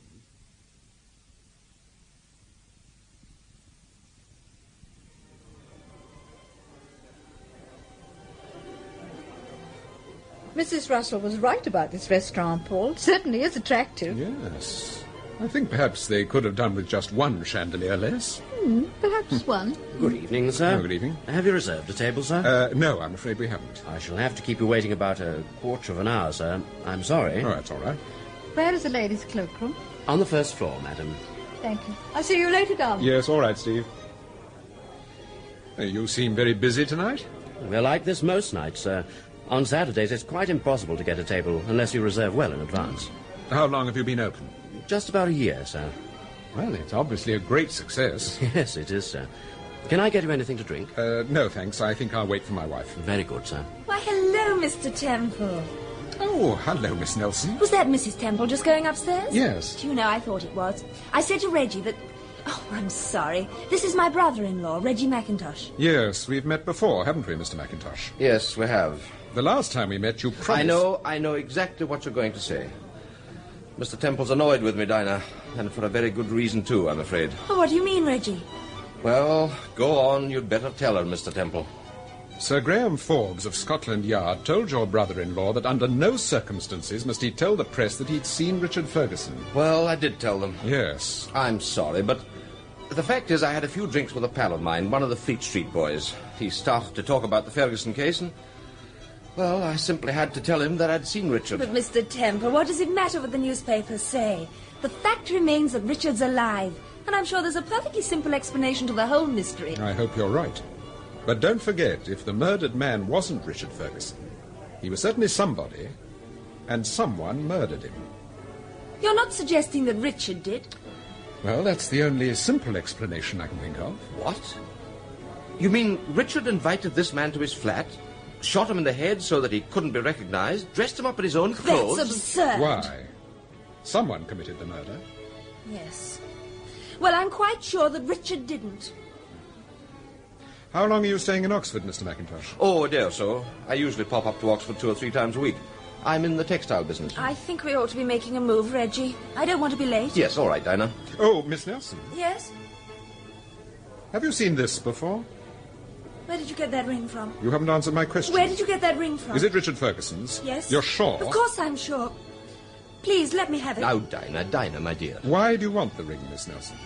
Because I haven't got anything of Richard's. I haven't got anything to remember him by. Now you're talking as if Richard was dead. Only a moment ago you seemed quite convinced that he wasn't. Oh, Mr. Temple, please, please let me have that ring. I'm sorry, Miss Nelson. What are you going to do with it? Hand it over to the police. But, Mr. Temple, don't you Now, realize don't be that... stupid. If Mr. Temple considers that the ring is important, it's his duty to hand it over to the police. After all, Dinah, don't forget Mr. Temple's a private investigator. So far as the police are concerned, he's in the same position as you or I. I'm sorry, Mr. Temple. I didn't mean to be stupid. Now, come along, Dinah. Good evening, Dinah. Good evening, Mackintosh. Oh, good evening, sir. You just leaving? Yes, we've had an excellent dinner, and I'm just taking Dinah home. You look rather tired, Dinah. Yes, I've had rather a busy time just lately. Oh, I beg your pardon. May I introduce Mr. Temple? Paul Temple, Mark Elliot. Oh, how do you do, Mr. Temple? This is a pleasant surprise. I heard that you were in Oxford. Yes, most people seem to have heard. Good night, Mr. Temple. Good night. Good night, Mark. Good night, Dinah. If you should want to get in touch with me, Mr. Temple, I'm staying at the Cromwell. I'll be there until Friday. I'll remember that. Good night. Good night. Are you alone? No, I'm waiting for my wife. Well, may I offer you a drink while you're waiting? Oh, well, thank you. Well, let's go into the cocktail bar.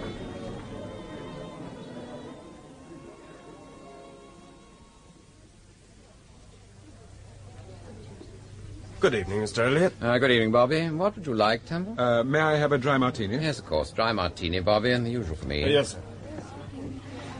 I suppose you've seen the story in the papers about Richard Ferguson. Yes. Is it true? Yes, I think it is. In other words, young Ferguson's alive? Yes. Well, I'm delighted to hear it. Why? Was Ferguson a friend of yours? No, to be candid, I couldn't tolerate the fellow. I prefer my intellectuals to be over 40. No, the reason I'm delighted to hear that he's alive is simply because, well, I find this rather difficult to put into words. You can speak quite freely to me. Yes, I'm sure I can. It isn't that, but... Well, look, Temple, the morning I heard that Richard Ferguson was murdered, I was terrified, absolutely terrified. You see, I had a motive for murdering young Ferguson, a very strong motive. What was your motive? Richard Ferguson was blackmailing me.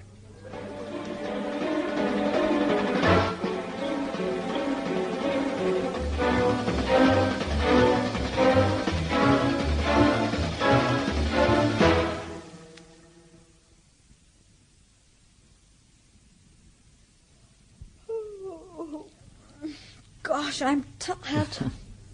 Did you like that restaurant? Yes, I did, darling. It's a little flamboyant, perhaps, but I liked it. And what about Mark Elliot? I don't know quite what to make of him. He's a peculiar mixture, isn't he? He certainly is. Do you know what he told me, Steve, before you joined us? No? He told me that Richard Ferguson had been blackmailing him. What? He told me in confidence that during the past 6 weeks, young Ferguson had had about £2,000 out of him. Did he tell you what young Ferguson was blackmailing him about? No, he didn't. But Richard must have had plenty of money. His father's very well off. No, that doesn't mean to say that Richard was. Steve, what did you think of Mrs. Russell? Well, much to my surprise, I took rather a favourable view of her. Yes. Mavis Russell is a very smart woman. And what do you mean by that? She can adapt herself to the company she's with. Oh, I say, by Timothy, you are tired, aren't you? I'm exhausted. What time is it? 11:45. Oh, I thought it was much later than that. Oh, who do you think that is? It might be Sir Graham. Oh, it's rather late for Sir Graham, surely. Hello? There's a call for you, sir. Hold on a moment, please. Right. Who is it? I don't know yet. You're through. Hello? Paul Temple. Yes? This is Richard Ferguson speaking. What? Mr. Temple, please listen. This is urgent. I haven't a lot of time. All right, go on. I understand you've got the signet ring, the one that Mavis Russell gave you. Yes? Well, I want you to take it to Mrs. Gulliver first thing tomorrow morning. Mrs. Gulliver? Yes, she's my landlady. Mrs. Gulliver, 3 Mortimer Close. Have you got the address? Yes, 3 Mortimer Close. Now listen, Temple. If you do what I tell you and take that ring to her, I give you my word of honor that I'll meet you tomorrow night, anywhere, anytime, and tell you exactly what this is all about. How will you know whether Mrs. Gulliver's got the ring or not? Oh, don't worry. I'll know. All right, I'll do what you say. Good. Now, where do you want me to meet you? You suggest the place, I'll be there. Do you know the Encounter, the restaurant? Yes, but surely... If Mrs. Gulliver gets the ring, I'll see you there tomorrow night at 10 o'clock. Okay? I can depend on that. You can depend on it, Temple. Good, I'll be there. Right. Goodbye. Paul, who was it? It was young Ferguson. What? Steve, where did I put that ring? You put it in your pocket. At least you said you did. Yes, I put it in my inside pocket, the ticket pocket. I'm sure I did. Absolutely positive I did. Steve, it's gone. Oh, darling, it can't. Now, just think, when did you see it last? When I showed it to Dinah Nelson, it was while you were in the cloakroom. Then I put it back in my inside pocket and deliberately... What is it? I was just thinking. Reggie Mackintosh stood very close to me while Dinah Nelson was saying goodnight to Elliot. I don't think it was Reggie Mackintosh, Paul. Why do you say that? I think Elliot took it. I think he took it just as I walked into the cocktail bar. What makes you think that? Oh, don't you remember? You both stood up. You were standing very close together. And Elliot took you by the arm and moved the table slightly so that I could get by. Yes, you're right, Steve. Come in. Oh, Mrs. Ferguson. Good evening, Mrs. Temple. Oh, come in, Mrs. Ferguson. I am so sorry to disturb you. We did call around earlier this evening. We've only been back 5 or 10 minutes. Are you staying here, Mrs. Ferguson? Yes, we're just along the corridor. We arrived about 8 o'clock. We came down to see Mrs. Gulliver. That's Richard's landlady, Mr. Temple. Yes, I know. Well, she telephoned us this morning. The poor dear seems rather worried. What about exactly? Well, apparently a letter arrived for Richard this morning, and Mrs. Gulliver opened it by mistake. What sort of letter? Well, that's just the point. The letter doesn't seem important. It doesn't seem at all important. And yet... Well? It's from that friend of Richard's. The one no one seems to know anything about. Jonathon.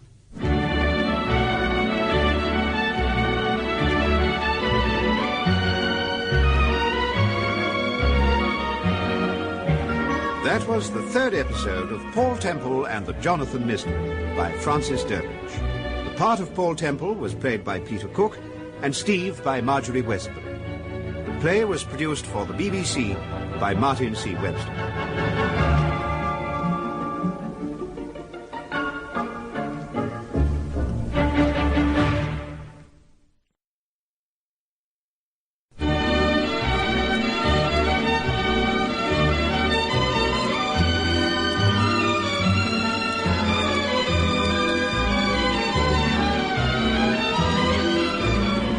Episode 4, The Encounter.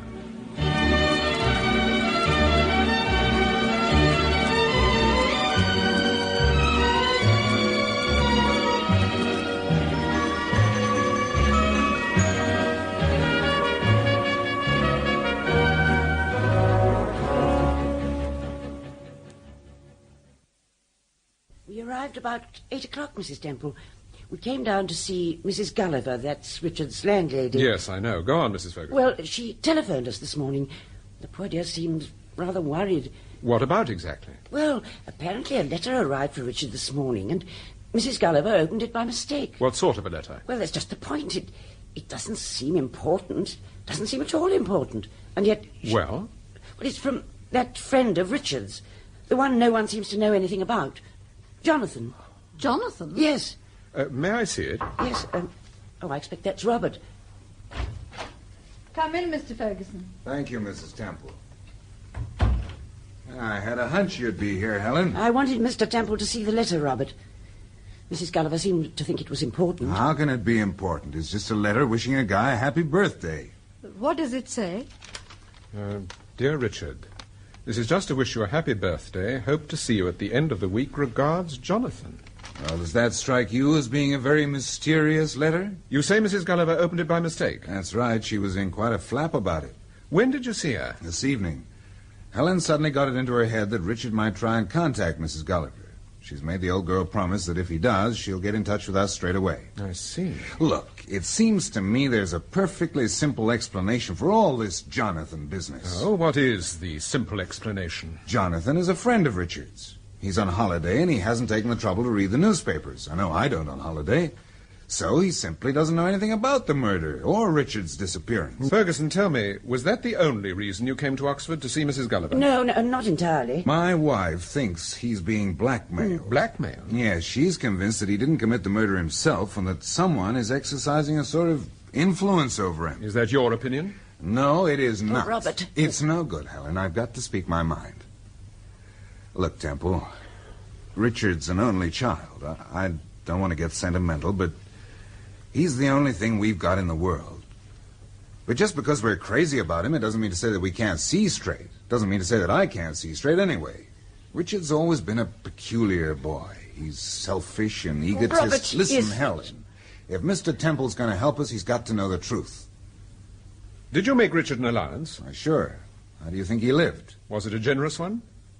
It depends what you call generous. Well, $6,000 a year. Oh, that certainly is generous. Supposing he suddenly found that he needed money, quite a lot of money, £2,000, for instance, would he have asked you for it? Well, who else? Would you have given it to him? That depends. £2,000 is a lot of If money. Richard needed the money, he'd have got it, Mr. Temple. If not from his father, then from me. But he didn't need money. He had no financial troubles. Are you sure? I'm positive. Mr. Temple, you remember that magazine? The one that was sent to our hotel with the message scrawled across it? Yes. Well, we've discovered who Europa is. It's the nom de plume of a writer called Mavis Russell. Apparently she lives in Oxford and was a friend of Richard's. I expect Mr. Temple already knows that. Yes, I do. I've met Mrs. Russell. Was she a great friend of Richard's? Yes, I think she was. She still believes that it was Richard who was murdered. Oh, but that's absurd. I've seen Richard. Richard's alive, all right. There's no doubt about it. I only hope he stays that way. What do you mean, Robert? I don't know whether Mr. Temple agrees with me or not, but I've got a hunch that it isn't only the police that Richard's trying to avoid. But who else would he want to avoid? I don't know. Maybe a woman, maybe Mrs. Russell. Or who knows, maybe Jonathon.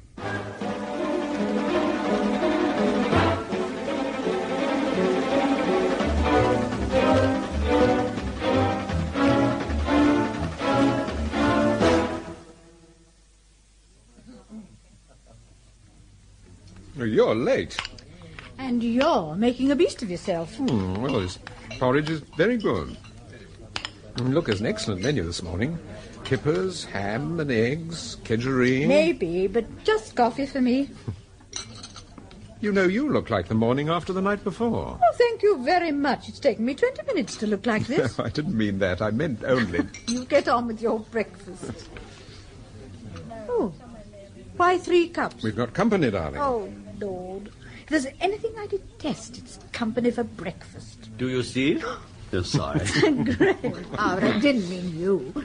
When did you arrive in Oxford? Oh, about an hour ago. Will you have some coffee? Thank you. Temple, I've just been on the phone to the inspector. He confirms what I told him. What was that? Well, you remember the card, the first Jonathon card that arrived for Richard the morning after the murder? Yes. Well, the Yard have discovered that the actual message on the card, the one supposed to be from Jonathon, was a blind. Our cryptographical people got to work on it, Steve. They x-rayed it and discovered a secret message. What, in invisible ink? Yes, this was obviously the real message, the one intended for Richard Ferguson. Was it from Jonathon? It was signed Jonathon, but, well, I suppose message is hardly the right word. It's just a list of letters and numbers, probably a cipher of some sort. Show Steve the copy I gave you, Temple. Oh. Here you are, Steve. I don't suppose you'll make head or tail of it. Thank you very much. We also examined the second card, the one that was intended for Dinah Nelson. The one that Reggie Mackintosh gave me? Yes, it was negative, completely negative. It didn't reveal anything except the actual handwriting. Perhaps you'd better do the same to this letter. Dear Richard, this is just to assure... Where did you get this letter? Mrs. Ferguson gave it to us last night.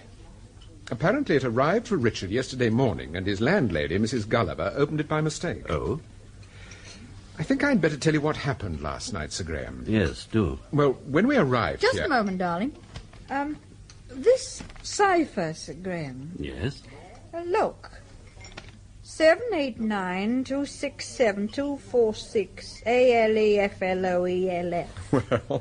Well, if you split the numbers up and say, take the first 3 numbers and the first 3 letters, 789 ALE. Yes.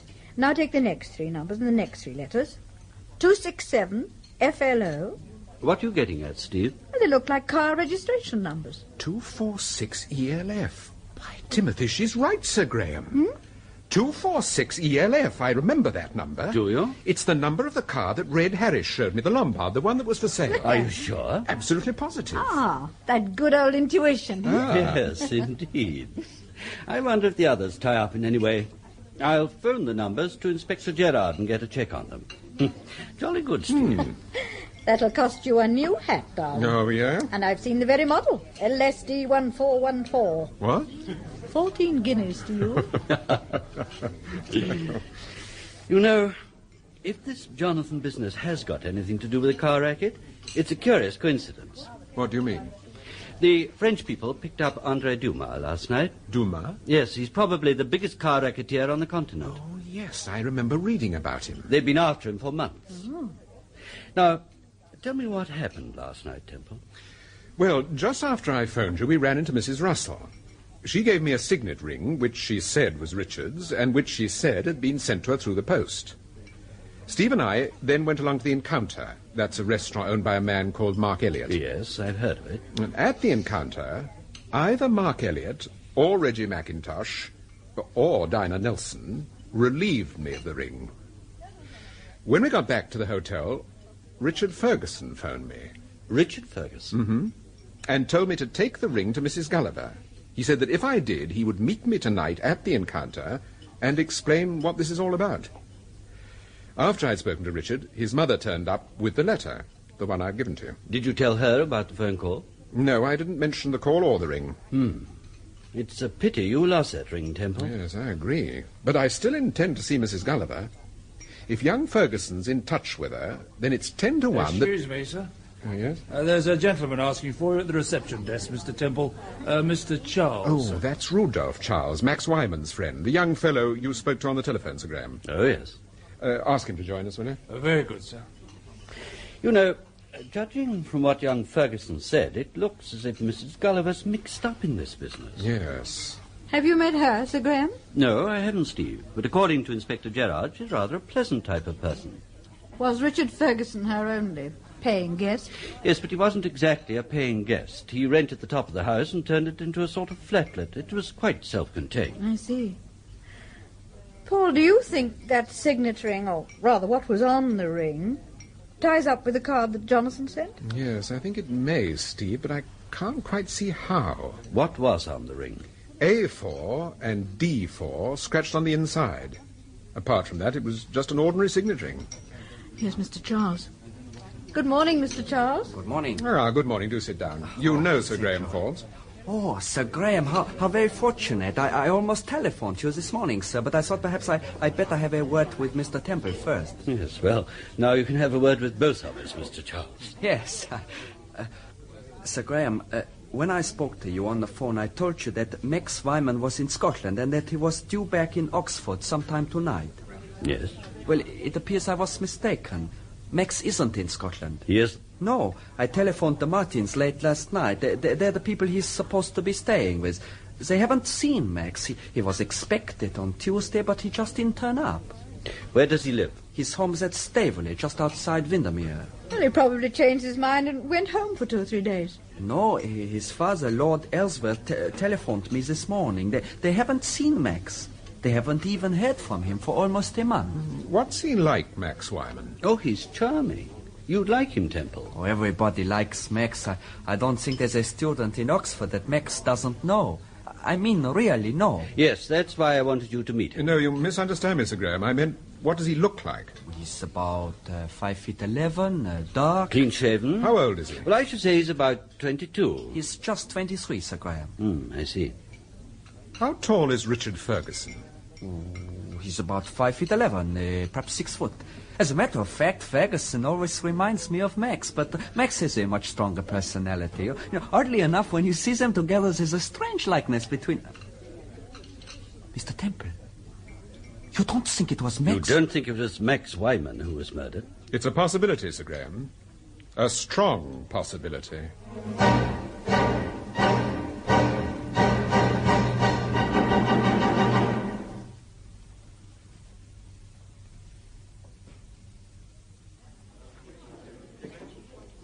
I'll give you a ring as soon as we've seen Mrs. Gulliver, Sir Graham. Yes, all right, Temple.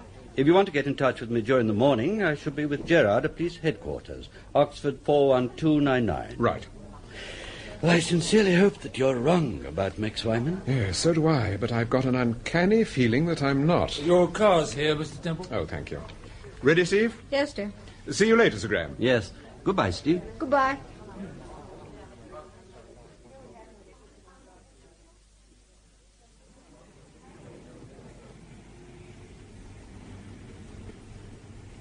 I want you to take us to 3 Mortimer Close. 3 Mortimer Close. Very good, sir. Wait a minute, Paul. What is it?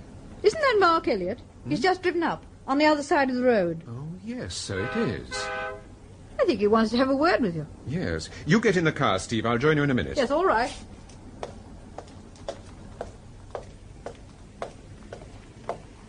Hello. Where are you off to? Oh, nowhere in particular. Where are you off to? I'm going up to town for 2 or 3 days. Oh, I see. I'm very glad I spotted you, Temple. There's something I want to ask you. Well? Did you lose anything last night? At the restaurant, I mean. Yes, as a matter of fact, I did. I lost a ring.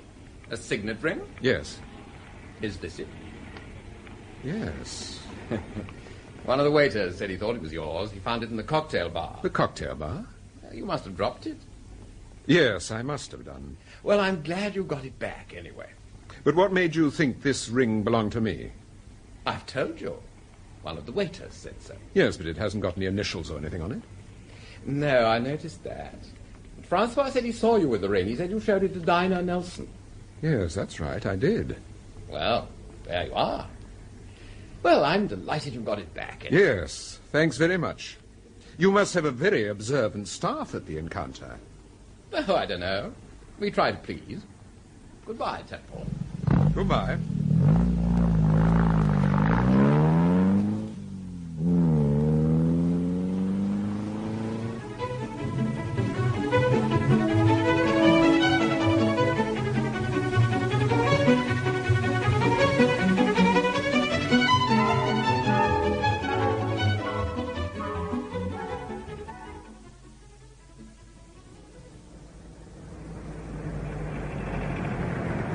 This is Mortimer Close, sir. That's number 3, on the corner. Oh, thank you. You want me to wait? Yes, please. We shan't be very long. OK, sir. I'll turn the car around. It'll be over on the other side. All right. Let's get out, Steve.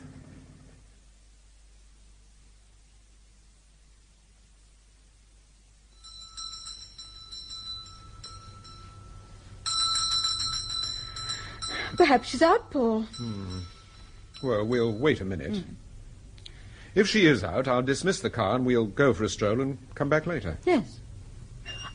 I think there's someone coming. Yes? What is it? Could we see Mrs. Gulliver, please? Is she expecting you? No, she isn't, but I think she'll see me. My name's Temple. Temple? Yes. Tell her I'm a friend of Richard Ferguson's. Oh, well, you better come in. Thank you.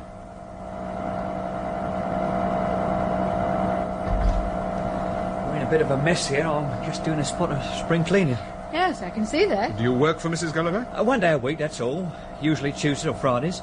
I'm with the Domestic Help Service. Oh, say, did you say you was a friend of Richard Ferguson's? Yes. Well, what has happened to him? Is he dead or isn't he? That's what I like to know. The blinking papers just don't know what to make of it. Look, I'm afraid we haven't a lot of time. If you don't mind, we'd like to see Mrs. Gulliver. Yeah, OK, then. Well, I'll give her a shout. She's upstairs. Mrs. Gulliver? Mrs. Gulliver! But don't you think she'd hear you better if you switched the vacuum off? Oh, she'd hear me all right, but it put paid to the vacuum. Took me half an hour this morning to get the blinking thing started. Mrs. Gulliver! You better wait in the drawing room. I'll pop upstairs. Thank you. I shan't be a jiffy.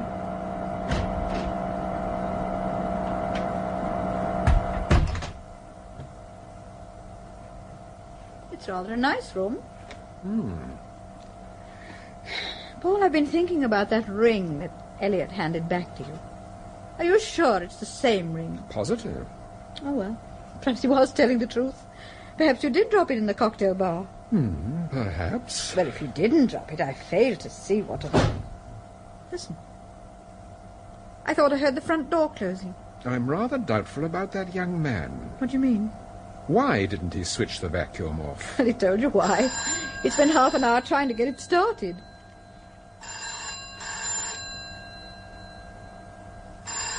There doesn't seem to be anyone coming. No. I'll answer it. Hello? Hello? Is that 3 Mortimer Close? Yes, that's right. Is Mrs. Gulliver there? She's upstairs at the moment. Well, could I speak to her, please? It's rather urgent. Well, I'll see if I can get her. Who is it speaking? This is Dinah. Hello? Hello? What's happened? She's rung off. Who was it? It sounded like Dinah Nelson. I'm sure it was. What did she want? She asked for Mrs. Gulliver. She said it was urgent. She sounded urgent, too. Look here, I don't like the look of all this. It's about time Mrs. Gulliver put in an appearance. Yes, I think so, too. Come on, Steve. I don't see any sign of our Cockney friend. No. I'll bet that was the front door we heard. I'm going to switch this thing off. Oh, careful. Oh, it's all right. Yeah, that's better. Paul, listen. By Timothy. What is it? It must be Mrs. Gulliver. That's why he kept the vacuum on, so we shouldn't hear her. Oh, Paul. She must be in here. Oh, don't. Please don't. I haven't got the ring. I swear I haven't got it. Mrs. Gulliver, listen. Oh, please don't hurt me. She's in a dreadful state. Steve, go downstairs. Phone Sir Graham. Tell him what's happened and tell him we need an ambulance. Yes. Quickly, Steve, quickly. Of course, on the other hand, you've got to bear in mind that if you'd arrived at the house a few minutes earlier... here's the inspector. Well, Gerard? It doesn't look too good, sir. What does the doctor say? He's still non-committal. Is she still unconscious? Yes, and I'm afraid she will be for some time. I'm staying here at the hospital, sir, just in case... Yes, all right, Inspector. Good Lord, is that the time? I'd better be making a move. If you want me, I shall be at the hotel. Very good, sir. What do you intend to do, Temple? I'm going back to the hotel, too. I'm taking Steve to the encounter later. You know, in spite of what's happened to Mrs. Gulliver, I've got a feeling that Richard Ferguson might keep that appointment. I doubt it, Temple. I doubt it very much. Have you still got the ring? Yes. Do you want it? No, you keep it for the time being. Did you examine it, Inspector? Yes, we've made a detailed examination, sir. It looks to me like an ordinary signet ring, except for the markings. Yes, it does to me, sir. Temple, that man who let you into Mrs. Gulliver's, would you recognize him again? Yes, I'm sure I would. You've never seen him before? No, I don't think so. Come in. Excuse me, sir. Oh, come in, officer. Inspector Whiting asked me to deliver this message, sir. Oh, thank you. There's no reply. Thank you, sir. Well? That letter Temple gave you, sir, the one he got from Mrs. Ferguson. Yes? The Yard have examined it. It's negative. That means the first Jonathon card had the cipher. The second card that Mackintosh gave us was negative, and the letter's negative. Yes. There's something else on this report, sir. Well? Temple was right. It was Max Wyman who was murdered.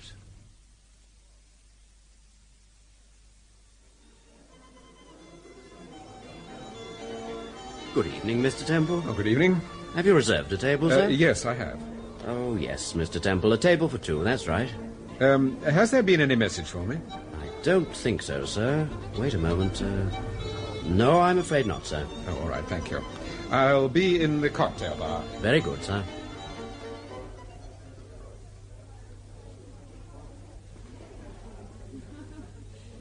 Good evening, sir. Oh, good evening. Dry martini, please. Yes, sir. Make that too, Bobby. Very good, madam. Oh, hello, Mrs. Russell. Hello. Are you alone? Well, at the moment, I'm waiting for my wife. Do you mind if I join you? No, of course not. I'm glad I bumped into you.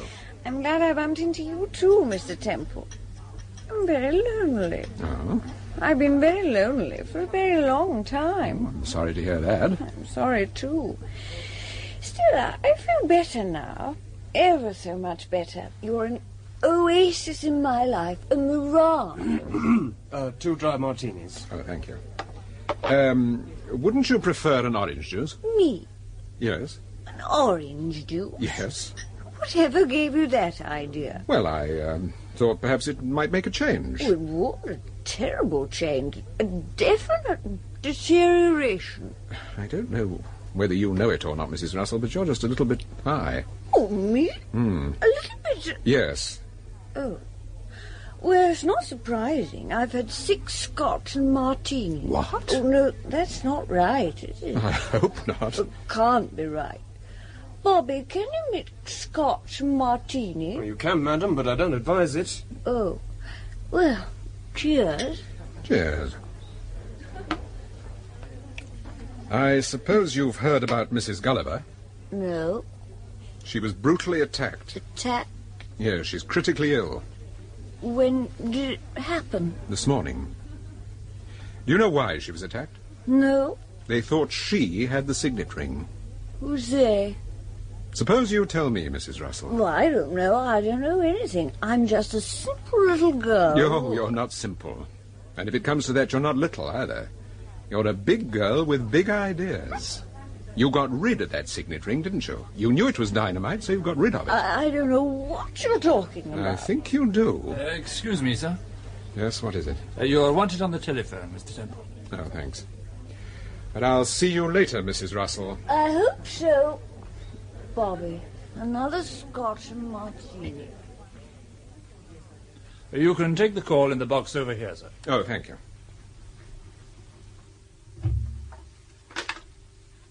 Hello? Mr. Temple? Yes? Hold on a moment, please. Your party's on the line now. Go ahead, please. Hello? Hello? Paul Temple. Yes? This is Richard Ferguson. Ah, I was wondering if I should hear from you. Temple, listen. How is Mrs. Gulliver?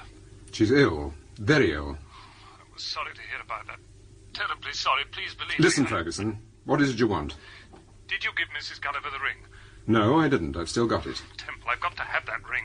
It's important. I've got to have it. Well, you know where I am. Come and get it. No, I can't do that. Listen, I'll tell you what I'll do. I'll tell you what I'll do, Ferguson. I'll give you 20 minutes. If I don't see you in 20 minutes, I'll take this precious signet ring of yours and toss it in the river. No, don't do that. Don't do that, for heaven's sake. Temple, I'll tell you everything, but... oh, look. Do you know the first AA box on the Bedford Road? Coming out of Oxford, it's on the right. Just near a clump of birch trees. I know the one you mean. I'll be there in 15 minutes. I'll park my car on the right near the trees. The car's a black saloon, YBW820. I'll be sitting in the car, waiting for you. All right, Ferguson, I'll be there. I'll be there in 20 minutes.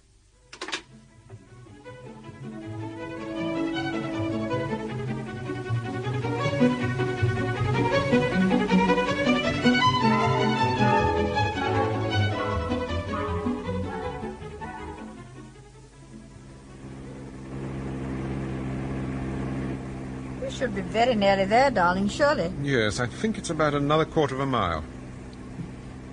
I was wrong. We've just passed the box. There are the trees over there. I don't see any sign of the car. No. Wait a minute. There it is. He's parked in the side, near the hedge. His lights are out. Oh, yes. Have you got the ring? Yes, I've got it, but young Ferguson isn't having it, not until I know what all this is about. Stay here. I'll bring him back to the car. Oh, no, I'm coming with you. Now, don't be silly. I'm coming with you. Oh, all right.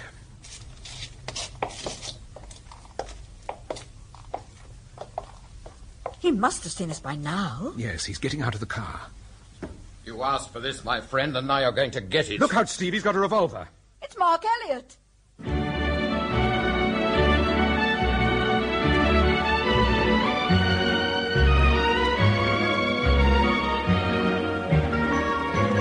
That was the 4th episode of Paul Temple and the Jonathon Mystery by Francis Durbridge. The part of Paul Temple was played by Peter Cook and Steve by Marjorie Westbury. The play was produced for the BBC by Martin C. Webster.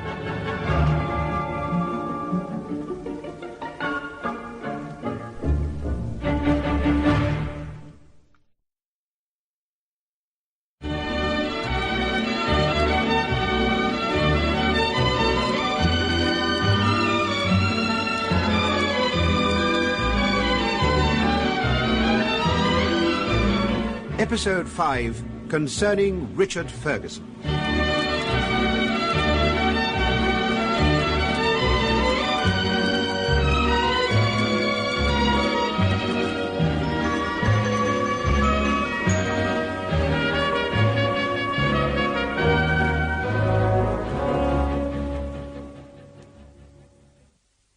He must have seen us by now, Paul. Yes. Oh, he's getting out of the car. You asked for this, my friend, and now you're going to get it. Look out, Steve. He's got a revolver. It's Mark Elliot. Temple. Why, I thought... Good heavens, I thought... Well, what did you think, Elliot? I thought you were someone else. I was sure that you were... Mrs. Temple, I'm terribly sorry frightening you like that. Is that revolver loaded? Yes. Who were you expecting? I'm sorry, Temple, I can't tell you. Was it Richard Ferguson? Yes. How did you know? You're not the only one who has an appointment with him. You mean you've come here to meet him? Yes, but whether you'll turn up is another matter. But, Temple, I can't believe you had an appointment with him tonight. You knew that sooner or later I should see young Ferguson, and you deliberately followed me. That's not true. I had a phone call from him tonight at your restaurant. I promised to meet him here and give him this signet ring. That was about 20 minutes ago. Why does he want the ring? Your guess is as good as mine. It might even be better. Is that the truth? Yes. Oh, I'm sorry. I'm sorry I was rude just now. Quite frankly, this business has upset me. I've been terribly worried. What business? Well, I told you. Ferguson's blackmailing me. Why, only this morning he... Oh, look here, we can't talk standing about like this. Let's get into the car. Well, let's go back to our car. I've left my handbag there. Yes, all right, Steve. Come on, Elliot. Temple, what did Ferguson actually say to you when he spoke to you on the phone? But that's an amazing story. You mean to say that Mrs. Gulliver, Ferguson's landlady, was actually beaten up? I do. But why? Because someone was under the impression that she had the ring. That sounds incredible. It's like something out of a novel. I just can't believe it. Nevertheless, it's true. Now tell me, did you intend to kill Ferguson? Oh, I don't know what I intended to do. I certainly didn't intend to give the young swine any more money. I thought perhaps if I threatened him, he'd come to his senses. And when did Ferguson first start to blackmail you? About 6 or 7 weeks ago. You see, Well, I suppose I'd better tell you the truth. It all started at a party. One evening, I think it was about the last week in March, I went to a cocktail party given by Mavis Russell. She's quite a personality in Oxford, and she invited a lot of university people. When I arrived, a young man called Rudolph Charles was playing the piano.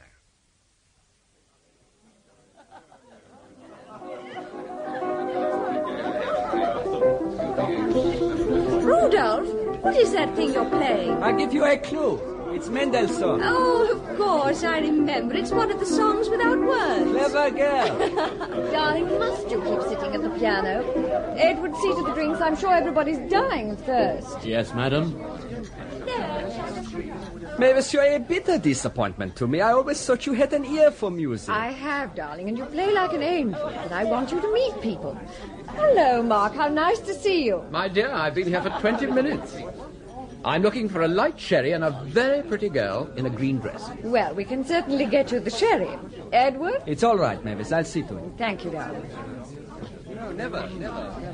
I don't see any sign of your protégé, Mavis. I suppose you mean Richard Ferguson. I do. He hasn't arrived yet. And Mark, he isn't my protégé. I've told you that before. I encourage him because I think he's got something. Oh, he has. He unquestionably has. He's got a confounded cheek. Why do you say that? Well, he phoned me this morning and said he wanted to see me. When I said I couldn't see him, not for a day or two at any rate, he got quite impertinent. Oh, here's Richard now. Mavis, my sweet, I'm terribly sorry I'm late. We had an awful time getting here. Oh, yes, I brought Dinah along. You don't mind, do you, darling? We're having dinner together, so it seems silly for us to... No, of course not. I'm delighted. What would you like to drink, Miss...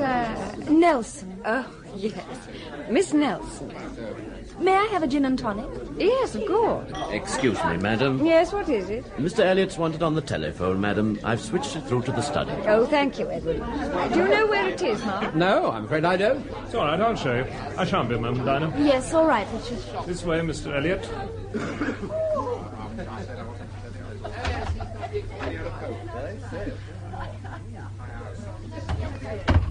Thank you, Ferguson. Not at all.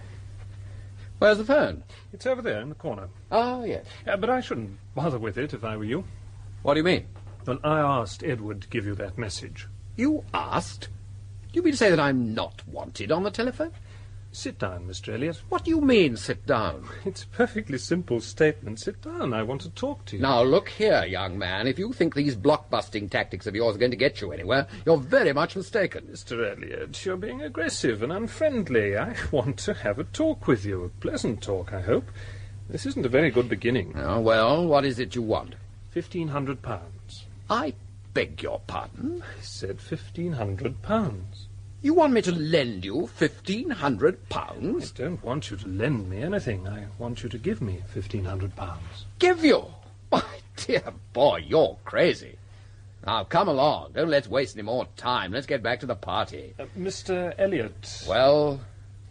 If this was in a book written by Mavis and published by your friend Mr. Keene, sooner or later I'd find myself saying, blackmail is a very ugly word, Mr. Elliot. Well, just between ourselves, I don't think it's an ugly word at all. I think it's rather a delightful word. It gets straight to the point. Yes, in short, I'm blackmailing you. I want £1,500. And supposing I refuse? Do you remember a girl called Cynthia Stevens? Well, just in case you don't, let me refresh your memory. 15 years ago, you were invited to a house party in Norfolk. A girl, a very young girl, called Cynthia Stevens, was also invited. And during the course of what I should imagine was not entirely an uneventful weekend, Miss Stevens committed suicide. At the inquest, you said that she was a comparative stranger, and that you'd actually met her for the first time that weekend. Well? That wasn't true. You'd met her several times before. On one occasion, you'd even taken her over to Brussels for 2 or 3 days. Look, quite frankly, I don't know what you're talking about. I vaguely remember a girl called Cynthia Stevens, but it's a long time ago. I was very young then. You were and 31. Miss Stevens was 17. Sweet 17. I suppose you've got the letters. I've got 3 letters. I don't know whether you wrote any more or not. You want £1,500 for them? No, I didn't say that. Oh, what do you mean? I've got the letters, and I want £1,500. That doesn't mean to say I want £1,500 for the letters. Well, what the devil do you want? £1,500 to be going on with. Well, think it over, Mr. Elliot. Think it over. Now, shall we take your advice and join the party? My word, it does sound gay, doesn't it? I'll get you a light sherry. Or would you prefer something stronger? I paid Ferguson £1,500. Well, 3 weeks later, I paid him another 100. How do you know that he has the letters? Has he shown them to you? He's got them all right. What happened today, Elliot? Did he phone you? Yes, I was in town. He phoned me about 3 o'clock. He said he was desperate, that he needed £700. He told me to meet him here tonight at 9 o'clock. Frankly, Temple, I'm not used to this sort of thing. I just don't know how to cope with it. You seem to be coping with it rather well. What do you mean? Judging by the revolver, you'd obviously made up your mind to take care of young Ferguson. I must have been crazy. I must have been out of my mind even to think of such a thing. But you know, Temple, I've got to get those letters back. What am I going to do? Well, I don't think you're going to get them back tonight. It's 11:15 already. Mr. Elliot, you say Richard phoned you this afternoon and arranged to meet you here. Yes. Well, then how do you account for the fact that he asked us to meet him here at the same time? I can't account for it, Mrs. Temple. We know why he phoned us. He wants the ring. It's simply a question of why he picked this particular place at this particular time. I can't imagine why. Well, he's obviously not going to keep the appointment. I think it's about time we made a move, Steve. Yes. Temple, would you mind driving me back into Oxford? I really don't feel like driving. Yes, certainly. But what about your car? Oh, I'll get my chauffeur to pick it up tomorrow morning. It'll be all right. It's not actually parked on the road. All right, Elliot. Thank you, Temple. Thank you very much.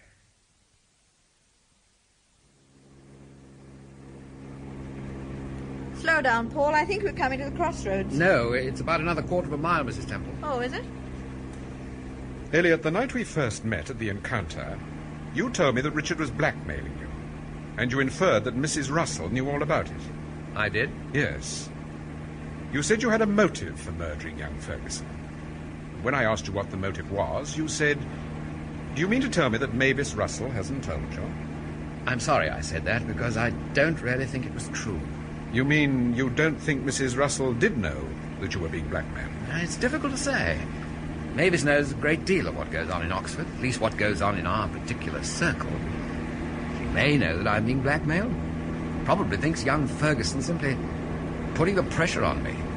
Ferguson's a careerist, you know. He likes to think that he... Hello? What's happened here? Slow down, Paul. There's been an accident by the look of things. By Timothy, look. That car's on fire. The police are here, Temple. I wonder what's happened.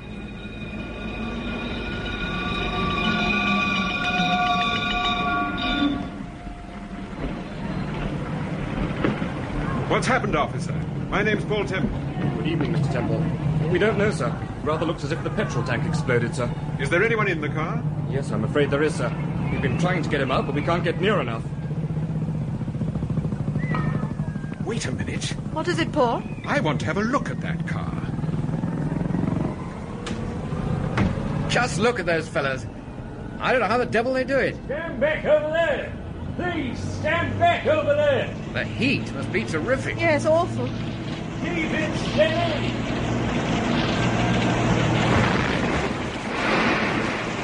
What was that? Petrol tank, Pat. Where's Paul? Here he is. Get out of the car, Elliot. I want you a moment. Darling, what is it? It's young Ferguson's car. What? I tell you, it's Ferguson's car. I checked the number. It's the one he gave me on the phone. What do you want me to do? There's a man in the car, Elliot. When they get him out, I want you to take a look at him. All right, boys. Take it steady. They're getting him out. Yes. Stand back there, please. Stand back. You must stand here in the car. Excuse me, isn't that Mr. Temple? Why, hello, Mackintosh. What are you doing here? Well, I'm supposed to be on my way back to London, but this held me up. It's a nasty business. Yes, it is indeed. It's a very nasty business. I don't see how it happened. The petrol tank couldn't have been the cause of it, because we heard it blow up a few moments ago. Now what's happening? They've got him out of the car. My poor devil. Come on, Elliot. You'd better come too, Mackintosh. Oh, what do you mean? I want you both to take a look at this man. I've got a hunch you'll recognize him. Recognize him? What on earth does he mean, Mr. Elliot?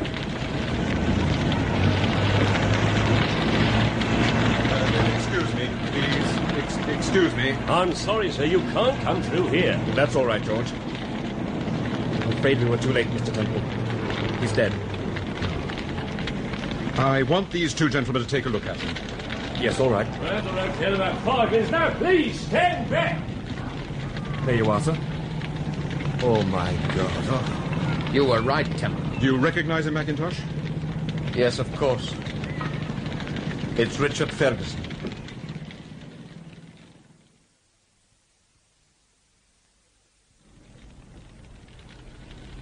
Good night, Mr. Temple. If you want to get in touch with me, I'll be at the same hotel, the Cromwell. I thought you were going back to London. I was, but I've changed my mind. I don't want Dinah to hear about this from anyone else. She was very fond of Richard. This is going to be a terrible blow. Excuse me, sir. Yes? You're quite certain that it is Richard Ferguson? Quite certain. There's no mistake this time. There's no doubt about it, officer. Thank you, sir. May I have a word with you, Mr. Temple? Yes, of course. I'll see you at the car, Elliot. Yes, all right. Good night. Good night, Mackintosh. Mr. Temple, Ferguson was dead before the car caught fire, sir. What do you mean? I've just taken another look at the body, sir. He was shot.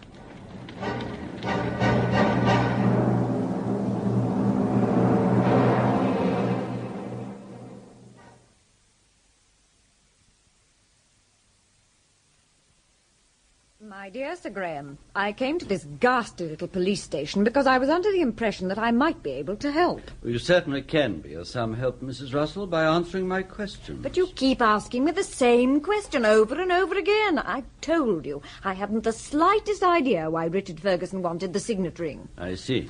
Mrs. Russell, do you mind if I ask you a question? Oh. Did you know that Mr. Elliot was being blackmailed by Richard Ferguson? Mark being blackmailed. Don't be absurd. What do you mean? Have you met Mark Elliot? You know I have. Well, does he strike you as being the sort of man who would let himself be blackmailed by a student? Mark's a cool, calculating businessman. He wouldn't be blackmailed by anybody. But he might do a spot of it himself. Supposing it was Elliot who told me that he was being blackmailed, that he also told me that you knew that he was being blackmailed. Then I should say that he was not only a cool, calculating businessman, but a cool, calculating liar. Look, it's 4:15, Sir Graham. I have an appointment with my hairdresser at past. I should rather like to keep it. Yes, all right, Mrs. Russell. I suppose we know where to get in touch with you. You do indeed. Goodbye, Mr. Temple. I'm sorry you've been so badly misinformed. I'll try and make up for it. I don't like that woman. If she's an intellectual, thank heavens I didn't marry one. The main thing is not to underrate her. Temple, do you think she's mixed up in this business? I mean, really mixed up in it? Yes, I do. You don't think that she's Jonathon? Well, she could be, Sir Graham. On the other hand... Yes? What is it, Sergeant? Mr. and Mrs. Ferguson here, sir. They're in the inspector's office. All right, Sergeant. We'll come down. Very good, sir. Come along, Temple.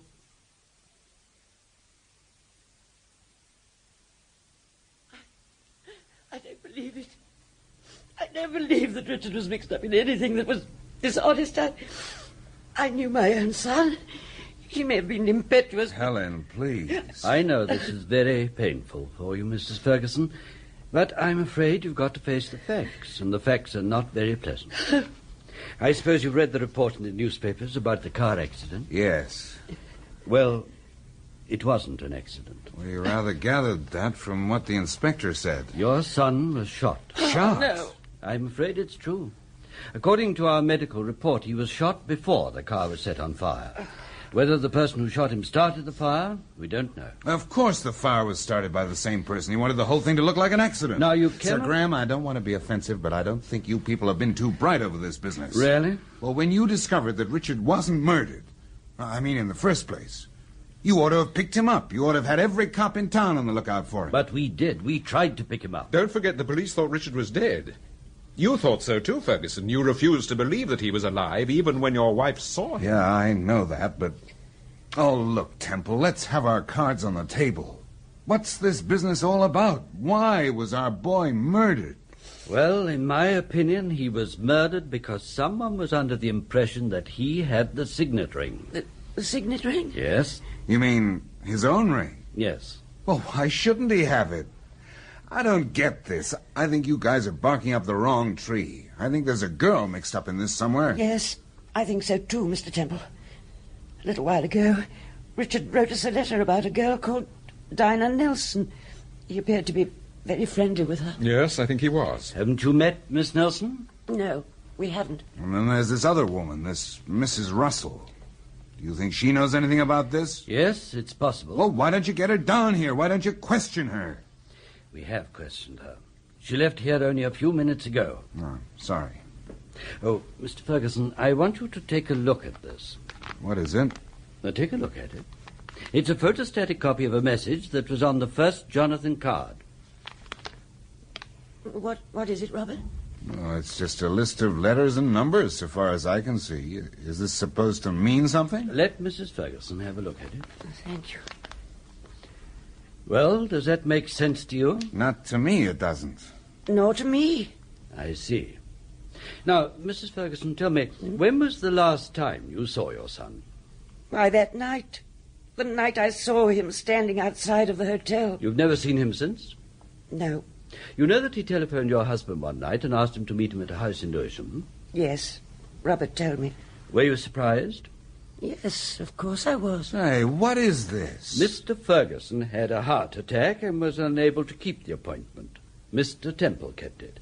But instead of seeing your son, he found the dead body of a man called Red Harris. Yes, I know. Had you ever heard of Red Harris? No, never. So, in spite of the fact that he telephoned your husband, Richard made no attempt to get in touch with you, Mrs. Ferguson. No, he didn't. I see. Well, thank you both. We'll be in touch with you. If anything important develops, we'll most certainly let you know. We thought of going back to London tonight. Is that okay? Yes. I take it you're still at the same hotel? Oh, yes, for the time being, at any rate. Oh, goodbye, Temple. Goodbye. Goodbye, Mrs. Ferguson. Goodbye. I'll be back in a moment, Temple. Right.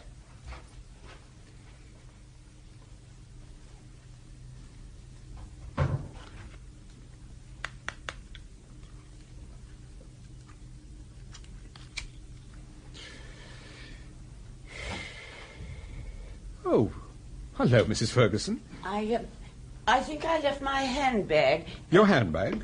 Oh, yes, here it is. Oh, thank you. Mr. Temple. Yes? Get in touch with Dinah Nelson. Tell her I sent you.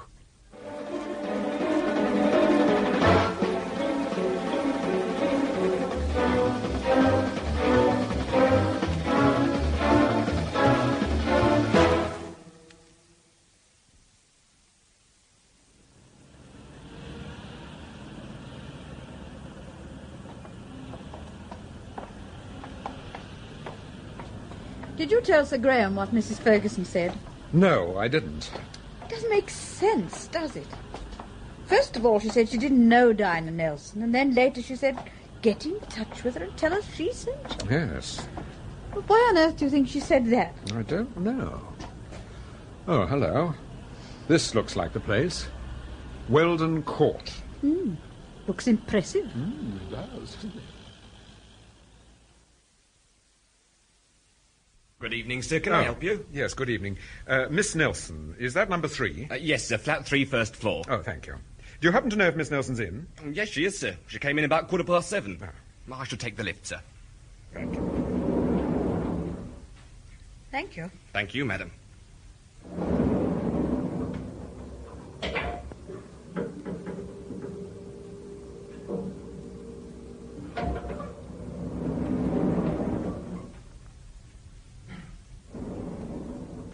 Ah, this is 3. It certainly has an expensive look. The rents must be pretty steep. Yes. As you said, she couldn't live here just on her salary. No. I should ring again, Paul.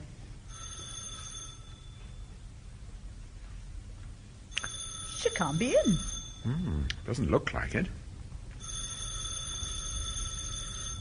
Well, the porter must have been mistaken. She's probably got... What is it? Do you smell anything? Oh, it's gas. Yes. What are you doing? The key's in the lock. Oh, you don't think she's tried to commit suicide? I do. Here. Hold this newspaper, Steve. Yeah? That's right. Now, spread it out on the floor. Well, what are you going to do? I'm going to put it under the door and try to get the key to fall on it. I'll do it. Yes, that's it. Now, steady, steady. Keep it flat. It's under. Right. You've done it. Yes. Now, pull the paper out from under the door. Gently, Steve. Now, not too fast. Careful. I've got it. Good. Oh! Stay where you are, Steve. She's over there, near the gas fire. Yes, I'll open the window. I've turned off the gas. Here. Oh. Help me to get her over to the window. All right. I don't know. Miss Nelson. No, Miss Nelson. Careful, you'll hurt her. I've got to get her near the window. It's beginning to clear. Miss Nelson. Oh. Miss Nelson. She's coming round. Yes. Yes, I think she's... Where am I? No, it's all right. It's all right. Now, just take it easy. Take it easy. What happened? Oh, my head. Now, just take a deep breath. I must have fainted. I must... Oh, I remember. I remember now. I tried to... Oh, everything's going round, Mr. Temple. I can't see properly. I feel dizzy. Is she going to be all right, Paul? Yes. Yes, she'll be all right. Go into the bedroom, Steve. See if she left a note for anyone. Yes, all right. Now, come along. Relax, Miss Nelson. Come on, just close your eyes. There. That's it. Oh, I feel better now. Ah, good. Now, just sit quiet for a moment or so. Mr. Temple, I tried to commit suicide. I made up my mind that I couldn't stand things any longer. That I... Paul? Yes? Here a moment. What is it, Steve? You were right. There is a note. It was on the dressing table in the bedroom. Well? It's for Jonathon.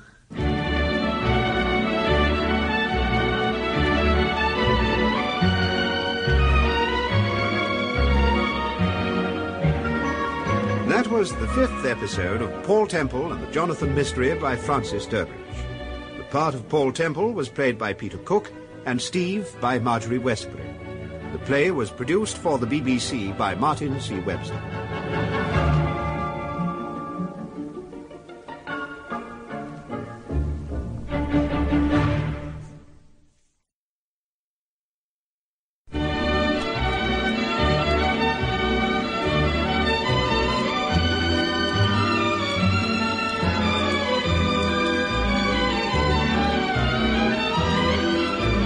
Episode 6, A Surprise for Mavis Russell.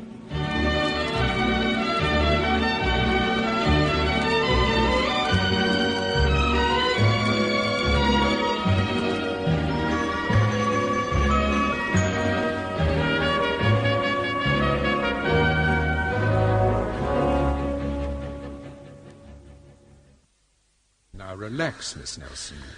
Just close your eyes. There, that's it. Oh, well, I feel better now. Good. Just sit quiet for a moment or so. Oh, Mr. Temple, I tried to commit suicide. I made up my mind that I couldn't stand things any longer. Paul? That I... Yes? Here a moment. What is it, Steve? You were right. There is a note. It was on the dressing table in the bedroom. Well? It's for Jonathon. Jonathon? Let me see. This is the only way out for me. I just can't stand things any longer. Dinah. Mr. Temple? Coming, Miss Nelson. Could I have a glass of water, please? Yes, of course. I'll get it for you. The kitchen's on the left, Mrs. Temple. All right. Are you feeling any better? I still feel a little sick. Yes, of course, but you'll feel all right in a few minutes. You just turned up in time. The note. I left a note in the bedroom. Please get it for me. It's here. Oh, give it to me, please. I'm afraid I've already read it. What? It's addressed to Jonathon. Who is Jonathon? I don't know. One doesn't usually leave a suicide note to a person one doesn't know. Mr. Temple, please don't ask me any questions. Please don't. I'm afraid I've got to. Who is Jonathon, and why did Richard Ferguson want the ring? I don't know. I tell you, I don't know. Please leave me alone. Here's some water. Ah. Here we are, Dinah. Now drink this. Thank you. You feel better? Yes. I think you'd better go into the bedroom and lie down for a little while. If there's anything you want, we can get it for you. Yes, I'd like to do that, Mrs. Temple. Right. Now, give me your arm. Oh, I feel weak. It's all right, Dinah, don't worry. Go and turn the bed down, Steve. Come on. I'll carry her in.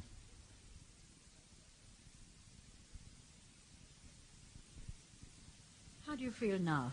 Oh, better, thanks. This hot water bottle's heavenly. It's awfully good of you, Mrs. Temple. I do appreciate it. I still think I ought to get a doctor. No, please don't. I'll be all right, honestly, I will. Good. Now, Miss Nelson. You called me Dinah just now. I wish you'd both go on calling me Dinah.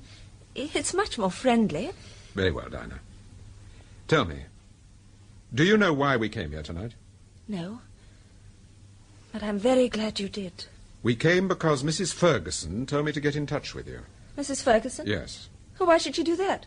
Don't you know why? No, I don't. I don't know Mrs. Ferguson. I've never even met her. And you've no idea why she told us to get in touch with you? No, I've told you. I haven't. Oh. Now, Dinah, just relax. Dinah, when was this photograph taken? Which one? This one here. Oh, that was taken about 6 months ago. It's Richard Ferguson with you, isn't it? Yes.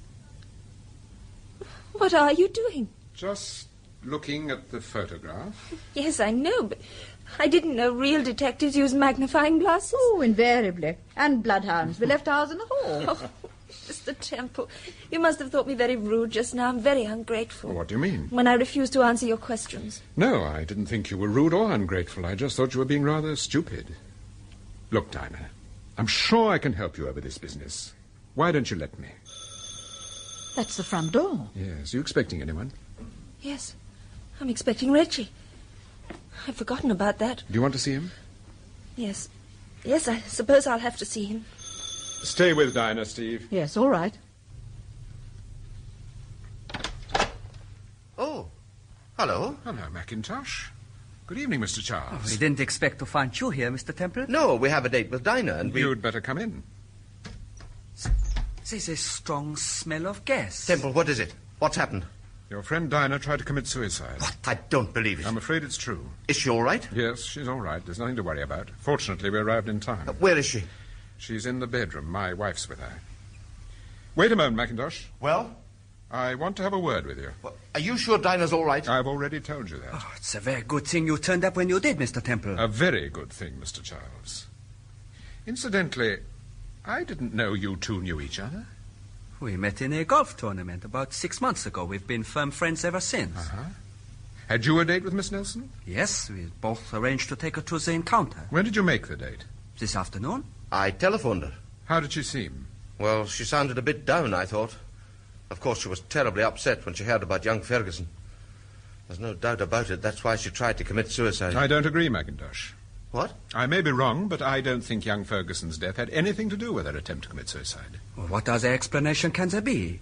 Miss Nelson left a note. A note addressed to someone called Jonathon. Jonathan?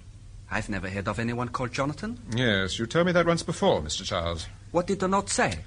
It said that she just couldn't stand things any longer. Oh, what things? What did she mean? You'd better ask her yourself. Well, I certainly will. Incidentally, please don't think I'm impertinent, but you seem to see quite a lot of your sister-in-law, don't you, Mackintosh? Yes, I've been waiting for you to raise that point. Oh? Not that it's any business of yours, mark you. For almost 2 years after the accident, I never went anywhere. What accident? Mrs. Mackintosh had a motor car accident. She was badly injured. If Reggie didn't take Dinah out occasionally, he just wouldn't go anywhere. I see. I hope you do see, Mr. Temple. Dinah's a very nice girl. Paul? Oh, good evening, Mrs. Temple. What is it, Steve? Dinah's asking for Mr. Mackintosh. Oh, we're just coming. She's rather upset again. She's crying. All right, Steve. Now, Dinah, my dear, there's no need to get upset. No need at all. You did a very silly thing. But thanks to Mr. and Mrs. Temple, it's turned out for the best. Now, just try and pull yourself together. Reggie, I don't want to answer any questions. I don't want to talk about anything. All right, Dinah, now just relax. Oh, don't ask me any more questions, Mr. Temple. Please don't. I can't answer them. Not tonight. All right. We're going back to the hotel. If you change your mind and feel like talking, well, you know where to find us. Yes, it's all right. Rudolph, I'm staying with Dinah. We'd better forget our dinner date. Yes, of course, Reggie. Have you got your car, Mr. Temple? No, as a matter of fact, we haven't. Well, I'll give you a lift back to the hotel. Oh, thank you. Mackintosh, if she changes her mind and decides to talk... I'll be in touch with you straight away. You can depend on it. All right, thank you. You ready, Steve? Yes. Good night, Dinah. Good night, Mrs. Temple. You may not think so, but I'm really terribly grateful to you. Well, take care of yourself. When you feel better, give us a ring. Yes, all right. Good night, Dinah. Good night. Now, I'll get you a nice cup of tea, Dinah. You'll feel a different girl when you've had a cup of tea. No, not just now, Reggie. Please, stay with me. I don't want to be alone. Yes, all right. Now, just as you please, my dear. Just as you please.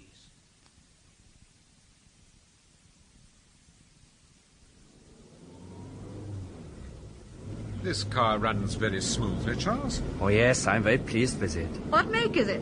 It's a Lombard, Mrs. Temple. Oh, a Lombard. I thought it was. How long have you had it? About 6 months. I must say, it's extremely comfortable, isn't it, Steve? Yes, very. Did you buy it in Oxford? No, I bought it in London. Second-hand? Yes, second-hand. You don't see many Lombards about, do you? Oh, I suppose not. I suppose they're too big for most people. Perhaps. A friend of mine used to have one, a very nice car, too. His name was Red Harris. Well, the thing I like about them is a quick getaway. It's absolutely first-rate. Yes. I say, I hope you don't mind my asking, but what do you do exactly? I'm an architect. Oh? I thought you were an undergraduate, Mr. Charles. I was. I came down 2 years ago. Here's your hotel, Mr. Temple. Oh. Well, thanks for the lift. Not at all. Good night, Mrs. Temple. Good night.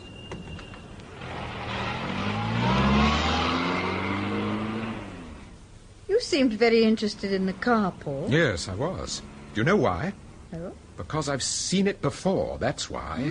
I've been in it before. It's the car that Red Harris had. The car we sat in the night he told me about the ring. You mean it's the same car? The same car. It's a different colour, and it's got a different number. But by Timothy, Steve, it's the same car.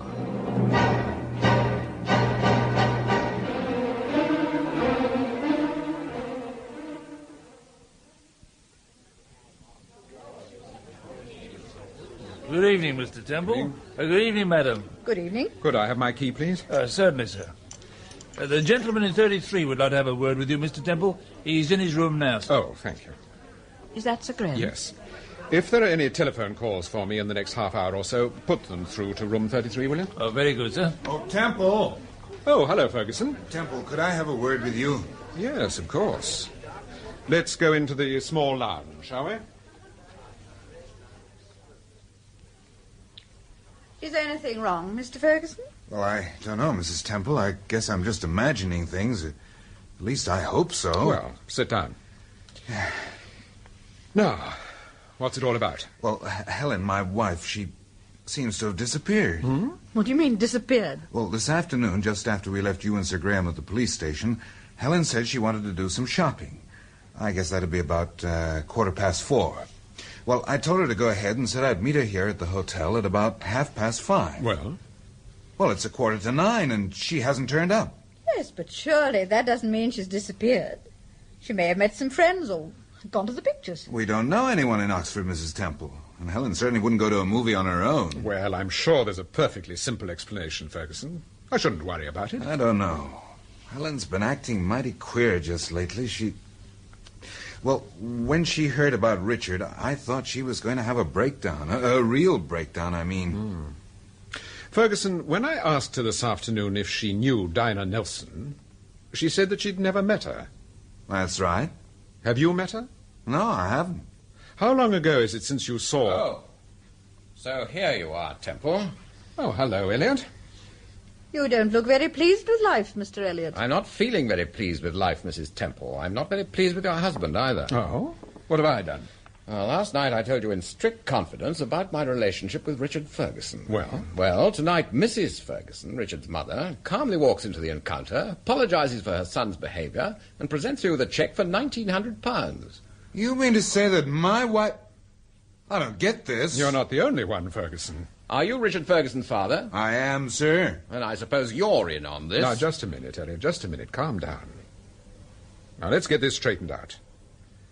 In the first place, I did not tell Mrs. Ferguson or anyone else that you'd been blackmailed by Richard. What do you mean, blackmailed? According to Mr. Elliot, your son was a blackmailer. He'd already had £1,900 from That's a lie. I'm afraid it isn't a lie, Mr. Ferguson. It's the truth.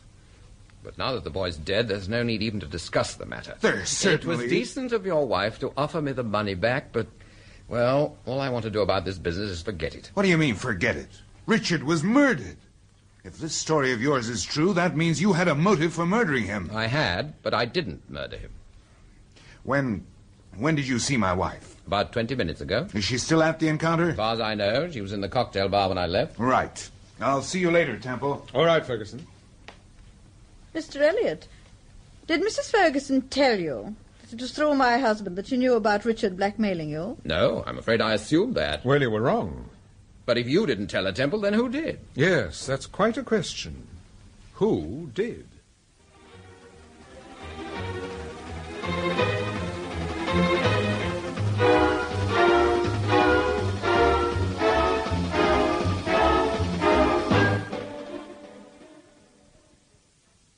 So if Elliot's telling the truth, Sir Graham, then quite obviously someone told Helen Ferguson about Richard.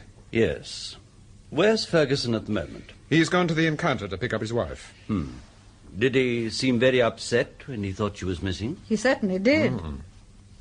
Sir Graham, tell me, is there any news about Mrs. Gulliver? Yes, that's one of the things I wanted to see you about.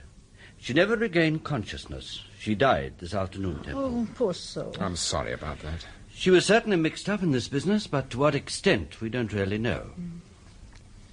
Did you check on the car number, Sir Graham? Yes, Steve, I did. And that's really what I wanted to see you about. Here's a copy of the card. Now, take a good look at it, Temple. Mm-hmm. 789 ALE. That's a Procedure. It was stolen 2 weeks ago from a garage in Chelmsford. 267 FLO. There's no record of that number at all. 316 FXH. That's an American Bretillac, stolen about 6 weeks ago. 574 DXD, no record. 769 DLC, a roll stolen 3 weeks ago. You see the significance, Temple? I'm beginning to. You mean the numbers you've got no record of are the phony numbers, substituted for the genuine ones. So that means the postcard was sent to Richard Ferguson so that he'd know which was which? Yes, it's my bet that young Ferguson was in this car racket, in it up to his neck. But, Sir Graham, what about logbooks? I mean, every car has to have one. Yes. Well, if they can forge pound notes and dollars, Steve, they can certainly forge logbooks. Things are beginning to tie up. How do you mean? You remember the car that Red Harris had? It was a Lombard. Yes. You said it was 246 ELF? Yes, well, it isn't any longer. Oh? It belongs to Rudolph Charles. It's been resprayed and the number's been changed. Are you sure it's the same car? I'd stake my life on it. But how does the signet ring fit into all this? Well, it's my opinion that it was a means of identification. Identification? What do you mean? Well, you told us that a man called André Dumas was mixed up in the stolen car racket, and that he'd been arrested. That's right. The French people have been after him for some time. We first heard of Dumas about 6 months ago. There was some talk of him coming over here, and the surete tipped us off. And I've been thinking about Dumas. I'm not so sure that he isn't connected with this Jonathon affair in some way or other. Why do you say that, Paul? Do you remember what was on the signet ring, Steve? Yes, 2 letters and 2 numbers. A4 and D4. Yes, A4, D4. Well, perhaps it's only a coincidence, but A and 4 letters might stand for André. And D4, D and 4 letters Dumas. Yes. I wonder if you're right. Yes. Oh, by the way, Sir Graham, when I was at Dinah Nelson's, I picked up a photograph of Richard Ferguson. It was taken 6 months ago. Well? Well, he wasn't wearing a ring. Are you sure? You can easily be mistaken in a photograph. Oh, I wasn't mistaken. I examined the photograph through a magnifying glass. Oh, excuse me. Hello? There's a call for Mr. Temple, sir. Oh, just a moment. It's, for you, Temple. Oh, thank you. Hello? Just a moment, sir. Is that you, Mr. Temple? Oh, hello, Mackintosh. How's Miss Nelson? She seems to be very much better indeed. Oh, good. I'm glad to hear that. As a matter of fact, that's why I've telephoned you. She wants to see you, Mr. Temple. I've convinced her that the best thing she can do is to have a heart-to-heart talk with you. Good. Are you speaking from her flat? Yes. I'll be with you in about half an hour. Right. Oh, you'll be on your own, I take it? Well, except for my wife. No, I didn't mean that. I mean, you won't bring anybody else along. Sir Graham, for instance. No, we'll be on our own. I think it would be best if you don't mind. I'll see you in 30 minutes. Okay. What is it, Paul? Dinah Nelson wants to see us. According to our friend Mackintosh, he's persuaded her to talk. Mackintosh has? Yes. I wonder.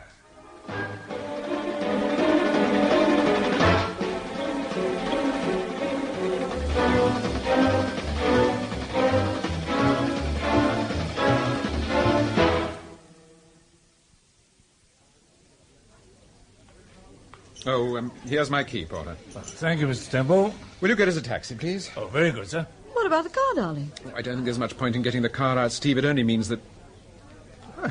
Hello, Mrs. Russell. Hello, Mr. Temple. Good evening, Mrs. Temple. Good evening. Did I hear you ordering a taxi? Yes. Well, where are you going? Perhaps I can give you a lift. Oh. Do you know Weldon Court? Yes, of course. It's just over the river. I'm going past there. I'd be delighted to drop you. Oh, you sure it's not out of your way? Not at all. Porter, we shan't need the taxi. Oh, very good, sir. Thank you. Have you been dining here, Mrs. Russell? No, I've been addressing a literary society. I usually do that sort of thing about once a month. For my sins. It's been rather fun tonight. I was going great guns until some long-haired genius asked me my opinion of Schopenhauer. Oh, dear. I was brilliant, considering I've never read him. Probably never read himself. That's more than likely.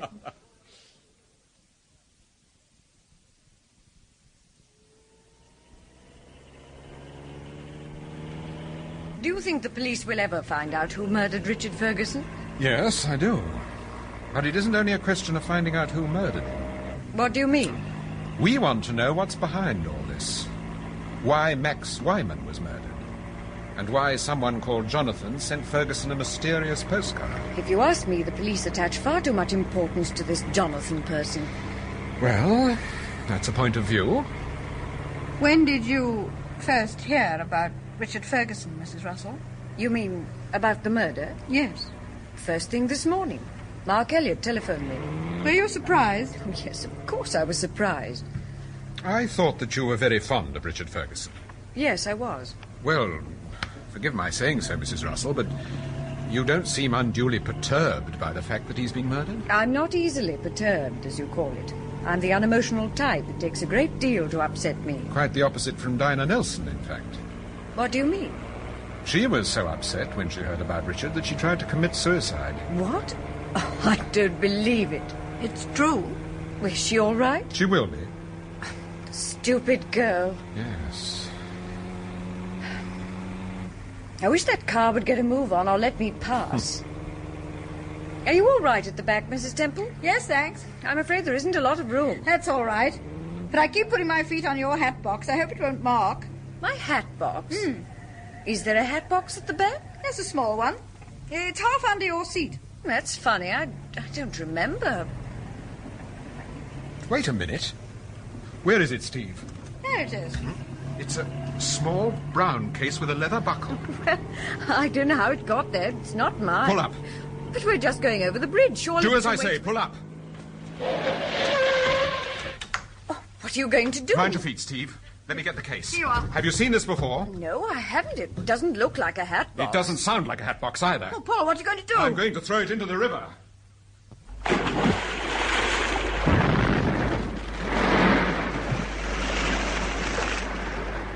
Oh, thank heavens Paul realized what it was. You're a very lucky woman, Mrs. Russell.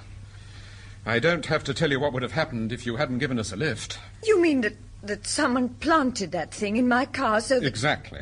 Oh, Mr. Temple, I just don't know what to say. Don't say anything, Mrs. Russell. Move over. I'll drive.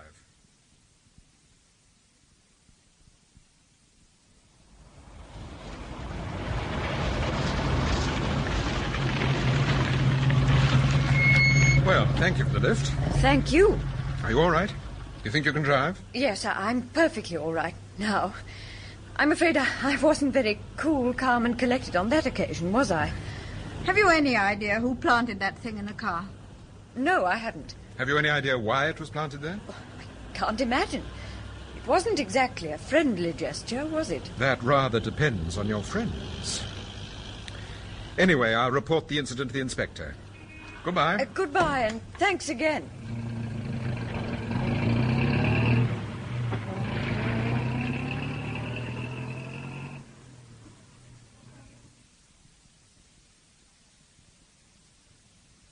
Let's walk up, Paul. Don't let's wait for the lift. Yes, all right.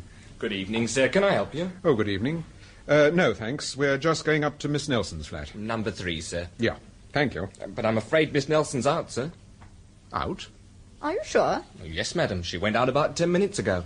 About 10 minutes ago? Yes, sir. Well, that's rather odd. She's expecting us. I can try her flat if you like, sir. She might have come back, but I don't think so, sir. Well, we'll try the flat anyway. Yes. All right, sir.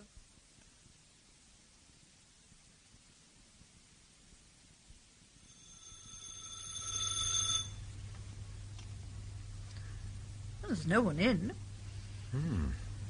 Doesn't look like it. I wonder what's happened, Paul. I don't know. What did Mackintosh sound like on the telephone? Oh, he sounded quite bright. Do you think Dinah knew that he was phoning you? No, I don't think she did. Oh, well, you can see what's happened. When he told her that he'd sent for you, she obviously refused. Listen. There is someone in. Yes. Someone's coming. Hello. What's happening? I don't know, but there's someone on the other side of that door. Who is it? Who's there? This is Temple. Who is it? It's Rudolph Charles. Well, what is it? What's the matter?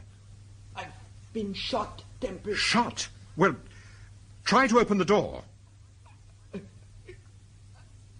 Can't. Charles, listen. Try to open it. It's locked. The door's locked, Temple. I can't reach it. Paul, he sounds bad. Yes. Get away from the door, Charles. Keep back.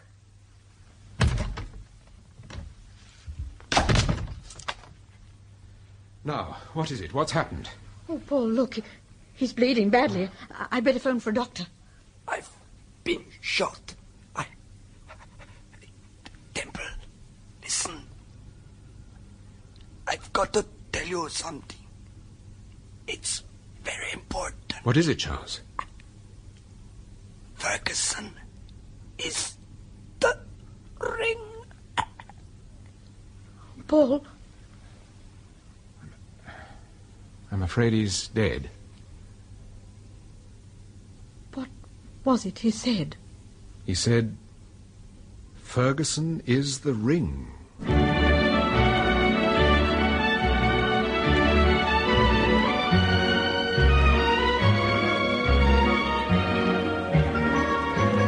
That was the 6th episode of Paul Temple and the Jonathon Mystery by Francis Durbridge. The part of Paul Temple was played by Peter Cook and Steve by Marjorie Westbury. The play was produced for the BBC by Martin C. Webster.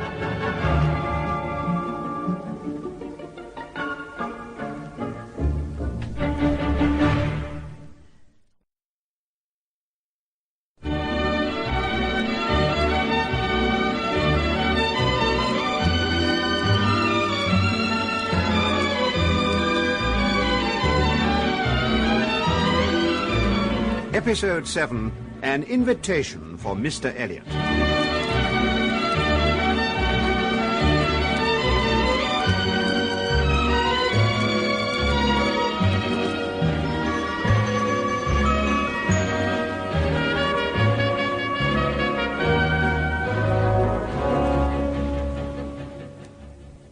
There's someone on the other side of the door. Who is it? Who's there? This is Temple. Who is that? It's Rudolph Charles. What is it? What's the matter? I've been shot, Temple. Try to open the door. I can't. Charles, listen. Try to open it.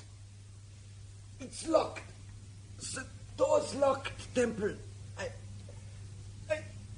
can't. Oh, Paul, he sounds bad. Yes. Get away from the door, Charles. Keep back.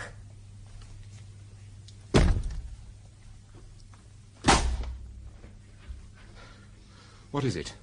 What's happened? Oh, Paul, he's bleeding badly. I'd better phone for a doctor. I've been shot. Temple, listen. I've got to tell you something. It's very important. What is it, Charles? Ferguson is the ring. Paul? I'm afraid he's dead. What was it he said? He said, Ferguson is the ring. Ferguson is the ring? What on earth did he mean? I don't know. Look, Steve, go downstairs and get hold of the porter. Mm-hmm. Don't tell him what happened, but ask him to come up here straight away. Yes, all right. While you're getting the porter, I'll phone Sir Graham.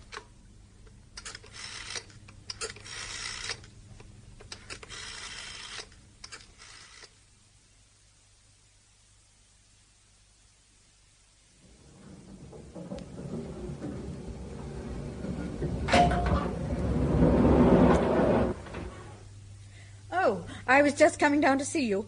My husband would like to have a word with you. He's in Miss Nelson's flat. Is anything the matter, madam? Mr. Temple will tell you. Oh, I forgot there's a lady downstairs in the hall. She's waiting for Mr. Temple. Oh? Who is she? Do you know?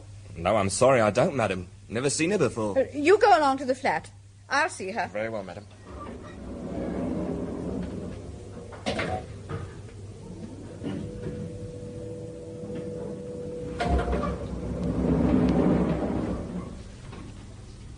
Why, Mrs. Russell.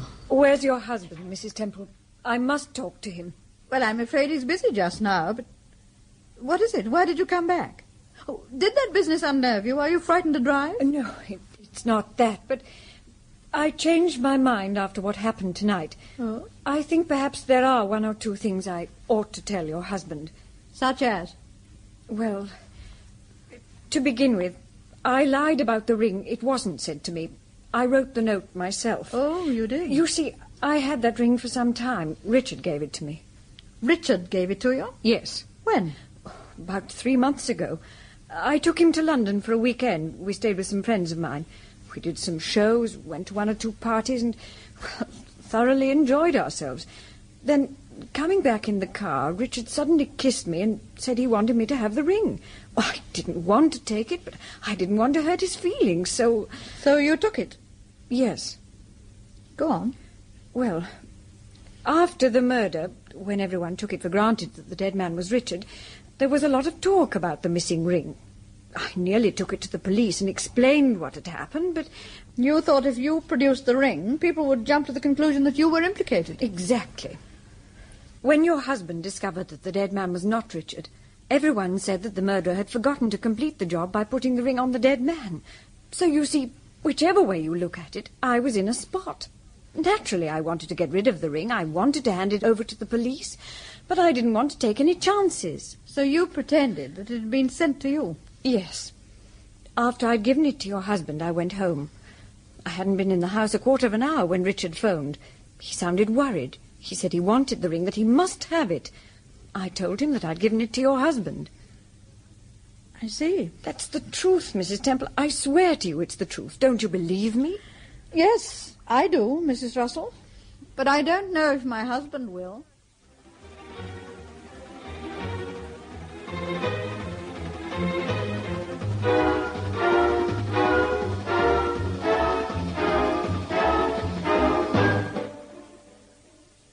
Yes, but I still don't understand why Mackintosh telephoned you and asked you to go back to the flat. Well, there are only 2 possible explanations, Sir Graham. Either Mackintosh was telling the truth, and Dinah Nelson did quite genuinely want to talk to me, or Mackintosh had persuaded Dinah to, well, try and pull the wool over my eyes.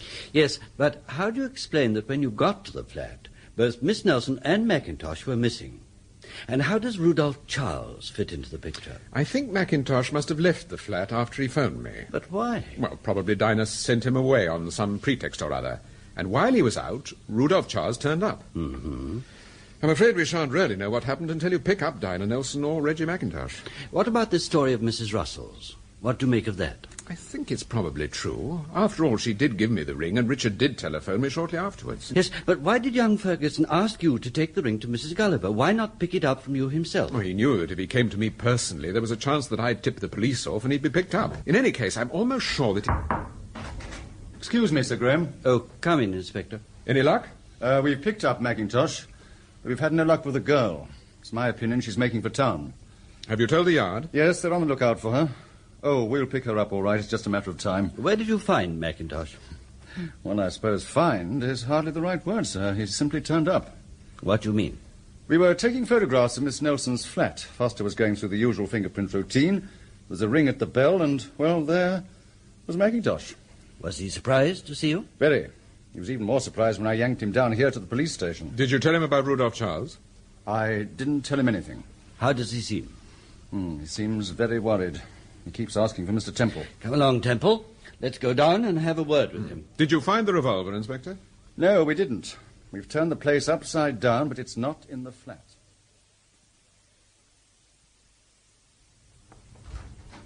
Oh, hello, Mackintosh. I thought we had an appointment about an hour ago at Miss Nelson's. Mr. Temple, what does this mean? What on earth's going on? Supposing you tell me, Mackintosh. What do you mean? Well, didn't you phone me? Didn't you tell me that Miss Nelson was very much better and that you'd finally persuaded her to talk to me? But she did want to talk to you. Really? Look, I think maybe I'd better tell you exactly what happened. Yes, I think perhaps you better. Well, after you and Mrs. Temple left the flat with Rudolph Charles, I had a pretty frank talk with Dinah.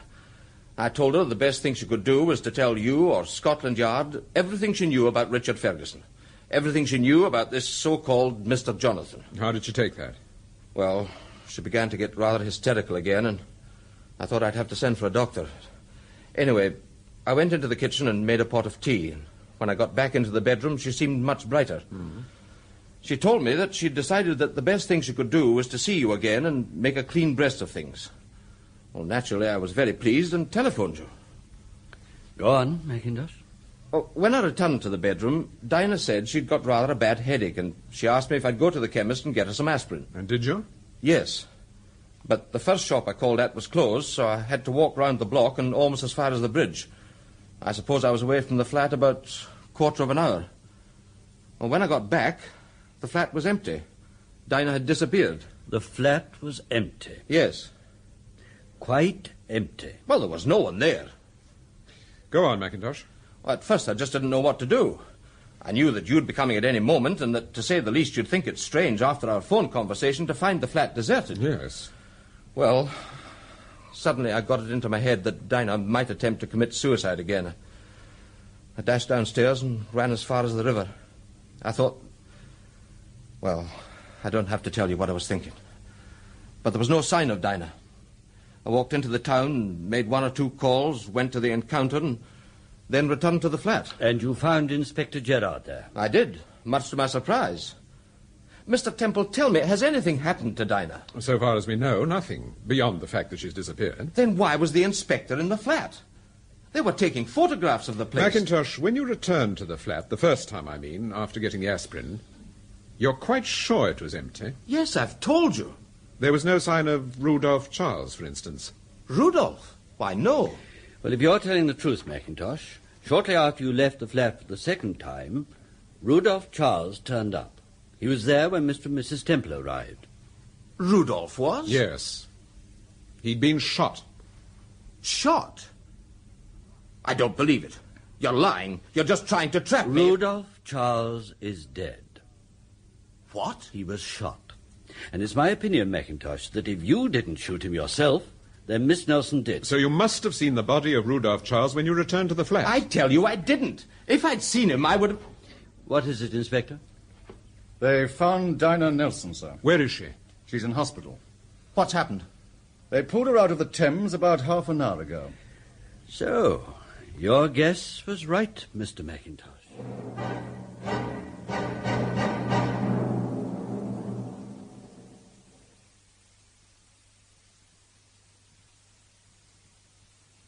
Now, do be careful, Mr. Temple, please. Remember, Miss Nelson's extremely overwrought. Yes, Doctor. I'll give you exactly 5 minutes. I shan't stay a second longer, I promise you. Quite frankly, Mr. Temple, I'm not letting anyone else see her in spite of what Sir Graham says. I understand, Doctor. Now, don't forget what I've told you. Who's that? Hello, Dinah. Who is it? Paul Temple. Oh, Mr. Temple. How are you? How are you feeling, Dinah? I feel better than I did. Oh, Mr. Temple, I'm sorry about this. I wouldn't have done it. Now, Dinah, listen. I haven't much time. The doctor won't let me stay very long because they want you to rest. Now, what happened tonight, Dinah? Did you shoot Rudolph Charles? Yes. Yes, I did. Is he dead? Tell me what happened. He came to the flat. I'd sent Reggie out for some aspirin. Rudolph worked for Jonathon, you know. He did? He was one of his right-hand men. He told me that Jonathon wanted me to work for him. Now that Richard was dead, he wanted me to take his place. Rudolph said that if I didn't, he would tell the police that I'd thrown suspicion onto Mrs. Russell. Did you? Yes. I sent the magazine to Mr. and Mrs. Ferguson. Why? Oh, well, I was jealous of Mavis. I thought she was in love with Richard. But, Dinah, when you tried to commit suicide the first time, You left a note for Jonathon. Yes, I know I did. Why? Well, he'd already tried to persuade me to join forces with him. The visit from Rudolph Charles was just... Just another attempt to make you change your mind? Yes. Dinah, tell me, why was Richard Ferguson so keen on getting hold of the signet ring? When he gave the ring to Mavis Russell, he didn't realize then that it was important. Jonathon told him that he must get the ring back. Richard told me about it, and I promised to help him. That's why I was so surprised when you... When I produced the ring? Yes. After I saw you, I sent a message to Richard through Mrs. Gulliver telling him that you got the ring. That's why he phoned you. Dinah, why did Mrs. Ferguson tell me to get in touch with you? You said you'd never met. I know. I'm sorry. I met her several days ago in London. I told her that I was the person who sent that magazine. She probably guessed that I knew a great deal about Richard, and that's why she told you to get in touch with me. I see. Now, I don't know whether you remember or not, but Mr. Mackintosh telephoned me. He said that you were feeling better and that you wanted to talk. Yes, I did feel better. I had a headache, but apart from that I was all right until... Until Rudolph Charles turned up? Yes. Dinah, you know what I'm going to ask you, don't you? Oh, please don't, Mr. Temple, please don't. Who is Jonathon? I don't know. You must know, Dinah, otherwise... Mr. Temple, please don't ask me. Dinah, listen. I'm pretty sure I know who Jonathon is. So even if you tell me, you're only confirming what I already know. You don't believe me? No. You think I'm bluffing, don't you? Yes, I do. Well, I'll tell you what I'll do, Dinah. I'll strike a bargain with you. I'll tell you all I know about this business. I'll tell you why Richard Ferguson was murdered and who murdered him. I'll even tell you who Jonathon is. Well? If I'm right, you need only confirm it. If I'm wrong, well, I give you my word I'll never ask you another question about the Jonathon mystery. Is it a deal? Yes. All right. You'll be perfectly honest with me? Yes, I promise. Right. Well, we'll start at the beginning. It's my opinion that Max Wyman was murdered by Richard Ferguson for the simple reason that young Ferguson...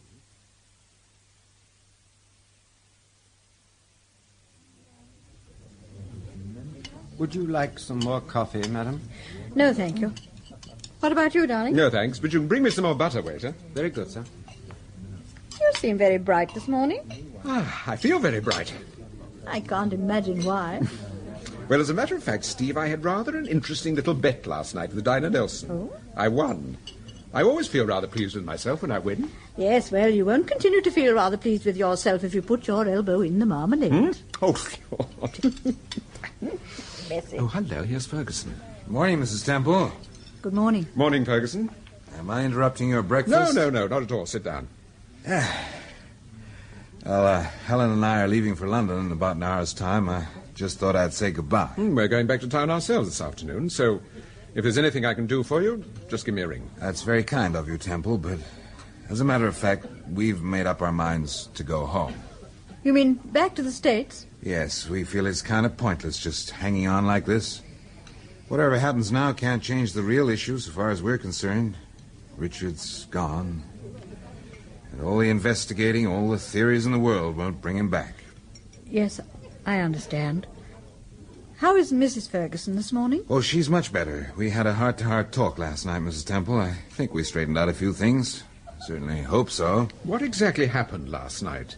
Was Elliot telling the truth? Oh, yes, he was. As a matter of fact, there's a perfectly simple explanation. Shortly after she left me to go shopping, Helen met a girl called Dinah Nelson. Well, it appears she was a friend of Richard's. Did your wife know Miss Nelson? Apparently she did, but it was a surprise to me. She met her in London 2 or 3 days ago. Anyway, she and Helen started talking, and she told Helen a few home truths about Richard. In fact, I'm afraid she more or less confirmed my opinion of him. She said that Richard had been blackmailing Mark Elliot. He'd already had nearly £2,000 out of him. Well, naturally, Helen was terribly upset. She went straight to the encounter and handed Mr. Elliot a check. I must say, Elliot's been very good about the whole business. What was Richard blackmailing Elliot about, do you know? Well, apparently he had some letters belonging to Elliot. I They were not exactly discreet. Have you seen the letters? Oh, yes. After I picked up Helen last night, we went round to Mrs. Gulliver's and collected one or two things that belonged to Richard. Have you still got them? No. As soon as we realized what they were, we handed them over to Elliot. And what about the check? Oh, he took that all right. I insisted. Oh, here is Mrs. Ferguson. Good morning. Oh, good morning. Oh, I was just saying goodbye to Mr. and Mrs. Temple, Helen. The car's ready, Robert. Okay, what about the cases? They're down. They're just putting them in the car. Well, goodbye, Mrs. Temple. Goodbye, Mr. Ferguson. When are you actually going back to the States? Oh, we're flying back the day after tomorrow, Mr. Temple. Oh, well, look here. Why don't you drop into the flat tomorrow for a drink? We should be delighted to see you. Well, I'm afraid we've got rather a busy day. Oh, nonsense. You can always find time for a drink. Let's say 12:30. Okay, 12:30. It's a date. See you tomorrow, then. Well, au revoir, Mrs. Temple. Au revoir, Mrs. Bye. Ferguson. You know, I've just realized something. What's that? I don't know why, but I don't like Mr. Ferguson. Why, Timothy, women are extraordinary. What do you mean women are extraordinary? Pass the toast. Look here. Pass the toast, Never darling. mind the toast. What do you mean women are extraordinary? Good morning, Steve. Oh, hello, Sir Graham. You seem highly amused, Temple. Yes, I am, Sir Graham. He's laughing at one of his own remarks. There's a very silly one, too. I simply said women are extraordinary. They are extraordinary, aren't they, Sir Graham? Oh, don't try and drag me into this. I'm strictly neutral. Well, sit down and have some coffee. No, thanks. Steve, I want you to take a good look at these photographs. What are they, Sir Graham? Have you seen this man before? Oh, yes. Paul, look. Why, yes, he's the fellow who impersonated Max Wyman. Are you sure? Positive. Good. Now, what about this fellow? No, I don't recognize him. No, wait a minute, Steve. Isn't he the character that let us into Mrs. Gulliver's? He was using the vacuum cleaner and he said he worked for a domestic help service of some sort. Yes, I think you're right, darling. You sure, Temple? Yes, I'm pretty sure. Good. We picked them up this morning. Both of them? Both of them. Oh, yes, we can move fast, Temple, when we want to. Yes, I know that, Sir Graham. Well, what happened? I haven't got the details yet. Gerard phoned me about an hour ago. They picked them up in an amusement arcade just off the Tottenham Court Road. Were they together? Yes. Who are they, Sir Graham? Well, the one who impersonated Wyman used to be in the confidence racket. His name's James, Ed James. He's a first-class driver. He did pretty well in one of the Monte Carlo rallies. Is that so? And the other fellow? Oh, that's Cleckley, a very different type. He's really vicious. We've been wanting to pin something on that gentleman for a very long time. Oh, incidentally, he was a friend of Red Harris's. Clegley was? Yes. Sir Graham, do you think Red Harris and James and this man, Clegley, actually worked for Jonathon? Yes. Jonathon has got a pretty big hold on the car racket. It's my opinion that men like James and Clegley actually steal the cars and men like Red Harris fence them. Well, then, why did they get rid of Red Harris? He must have been a pretty important part of the setup. I should imagine that someone told Jonathon that I'd been in touch with Red. Yes, they probably knew that Red owed you a favour, Temple, and they weren't taking any chances. Well, how did young Ferguson fit into the picture?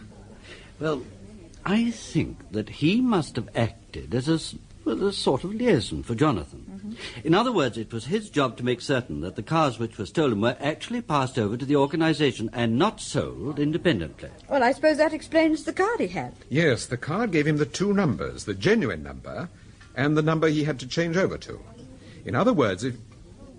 Yes, what is it? Excuse me, sir. There's a gentleman to see you, sir, Mr. Elliot. Mr. Elliot? Yes, sir. He's waiting for you in the lounge, sir. Oh, good. Thank you very much. Thank you, sir. Now, what does Elliot want, I wonder? I'll see you upstairs, darling. Yes, all right, Paul. Are you packed? Well, I shall be by the time you're ready. Goodbye, Sir Graham. Goodbye, Steve. What time are you leaving, Temple? Oh, not till this afternoon. I should imagine we'll get off about 3. Oh, splendid. You can give me a lift. Fine. Shall we pick you up at the police station? No, or... no. I'll be here. Oh, Sir Graham, did you, speak to them at the hospital about... Yes, I did. I'm afraid it wasn't easy. Oh, I didn't think it would be. Still, don't worry. It's fixed. Good.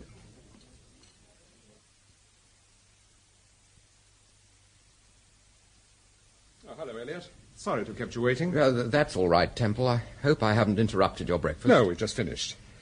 Well, you're nice and early this morning. Yes, I'm just on my way to London. I've got an early luncheon appointment. Well, what can I do for you? Well, you remember I told you about Richard Ferguson blackmailing me? And about the letters I wrote? Yes, I remember. Well, look here, Temple. If you catch the person that murdered Richard Ferguson, does that mean I shall have to get up in court and tell the whole story? You mean about Ferguson blackmailing you? Yes. Well, it depends entirely on who murdered Ferguson and what the motive was. You may not have to get up in court at all. I see. I don't think you do see. At least, if you do, you don't look very happy about it. Look, if anyone claims, in court or anywhere else, that I had a motive for murdering Richard Ferguson, I shall deny it. In spite of what I've already told you, I shall deny it. So Ferguson was telling the truth? What do you mean? You've got the letters back? Yes. Oh, well, if you've got them back, so far as I can see, there's nothing for you to worry about. Unless the police fail to find the person who murdered Ferguson and pick on me as a sort of scapegoat. If the police don't think you murdered Ferguson, they won't pick on you. Anyway, I've got a shrewd suspicion that the police already know who murdered Ferguson. Oh? Look, Elliot, I'm afraid you'll have to excuse me. I've got rather a lot to do, and I'm going back to town myself this afternoon. Oh, yes, of course. Oh, by the way, I was awfully sorry to hear about Dinah Nelson. Yes, it was a nasty business. I very much doubt if she'll get over it. Get over it? Haven't you heard? What do you mean? Dinah Nelson's dead. What? I telephoned the hospital about half an hour ago. She died this morning. Oh, I'm sorry about that. Sir Graham will be sorry, too. He intended to have a talk with her this morning. Did anyone see her last night? No, it was quite out of the question. She was unconscious. Oh, I see. Well, I'd better be making a move. Oh, by the way, Elliot, how long are you going to be in town? Oh, 2 or 3 nights. Well, I'd like to see you again. Drop in the flat sometime. You'll find my address in the book. Well, thanks very much. As a matter of fact, we're having a few friends in tomorrow, I think, about midday. Just for a drink. Drop in then, if you like. I'd like to. Fine. Well, see you tomorrow. Goodbye. Bye.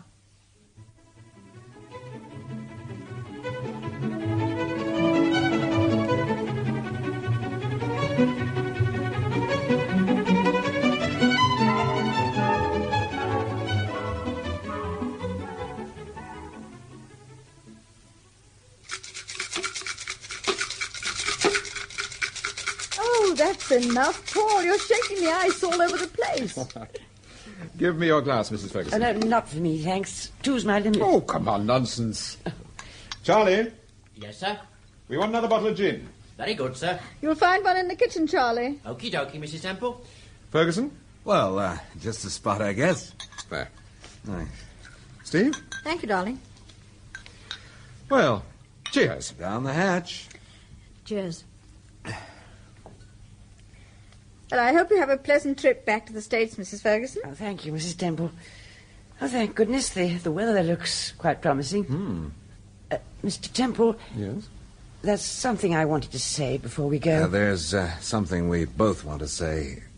Temple, I lost my temper the other day when Sir Graham was questioning us, but... we don't want you to think that we're not grateful. Grateful for what? Well, you've worked very hard in this case, Temple, and we'd like you to know that just because you haven't got any results, it doesn't mean to say... Now, wait a minute. What sort of results were you expecting? Well, we were hoping that you'd find out who murdered Richard. Oh, but I know who murdered Richard. What? Are you serious? I also know why Richard wanted the signet ring, why the body of Max Wyman was found in your son's flat, and I also know the identity of Jonathon. What? You know who Jonathon is? Temple, is this a joke? No, it's no joke, Ferguson. As a matter of fact, I've invited Jonathon here, to the flat, this morning. You don't really mean that? Excuse me, sir. Yes, what is it, Charlie? Mr. Mackintosh to see you, sir.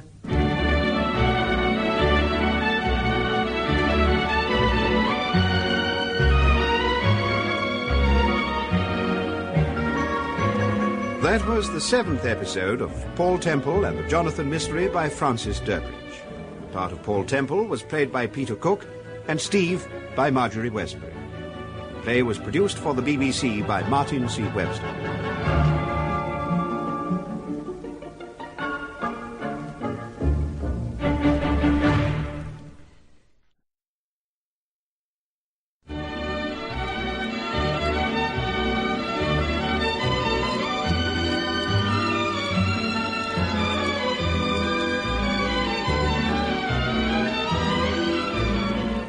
Episode 8, Jonathon.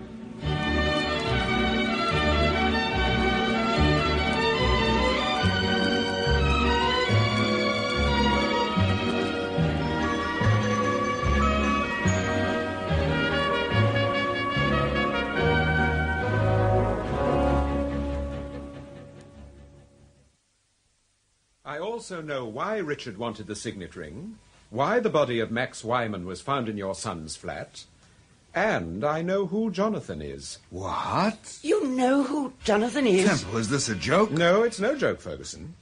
As a matter of fact, I've invited Jonathon here, to the flat, this morning. You're not serious. Excuse me, sir. Yes, what is it, Charlie? Mr. Mackintosh to see you, sir. Ah, come in, Mackintosh, come in. I got your note this morning, Mr. Temple, so I thought that... No, delighted to see you, my dear fellow.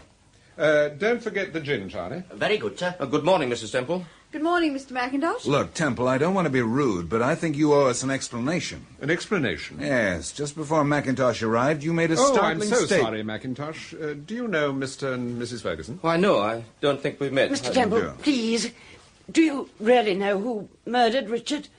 Yes, Charlie? Mr. Elliot, sir. Ah, come in, Elliot. Good morning, Temple. Sorry I'm a little late. Why, hello, Ferguson. Good morning, Mrs. Ferguson. Good morning. I think you've met Mr. Mackintosh. Yes, of course. I was sorry to hear about your sister. Look, Mackintosh. Temple, I don't want to be rude, But you've said that before, Mr. Ferguson. Is anything the matter? Have we interrupted something, Mr. Temple? Just before you arrived, Temple made an extraordinary statement. My wife and I want an explanation. We most certainly do. Oh, what did you say, Mr. Temple? Yes. What was this shattering statement of yours? Tell them, Ferguson. He said he knew who murdered Richard. What? Not only that, but he said that he knew the identity of Jonathon and that he was actually coming here to this flat this morning. Did you say that? Is it true, Mr. Temple? Well, do sit down.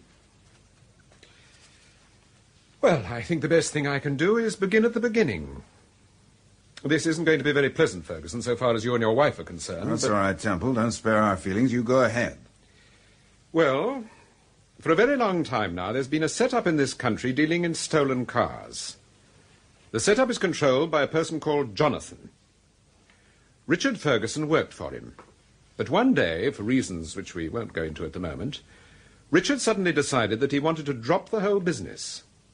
He knew it was no good talking to Jonathon. You mean he decided to eliminate Max Wyman and give Jonathon and everyone else the impression that he, Ferguson, had been murdered? Exactly. I see. He'd always hated Wyman because Wyman mistrusted him. He knew that there was a strong resemblance between Max Wyman and himself. People had frequently mistaken them for each other. Ferguson felt pretty sure that he'd get away with the murder, provided he disfigured Wyman, dressed him up in his clothes, and faked the fingerprints. So he invited Wyman to his flat and... well, you know what happened. Yes. Unfortunately, however, young Ferguson... Forgot the signet ring. What do you mean, Mackintosh, forgot the signet ring? Well, he forgot to put his ring on the dead man. Well, that's true, isn't it? No. I'm afraid it isn't. No? No. Ferguson hadn't got the ring. He'd given it to Mrs. Russell. Oh.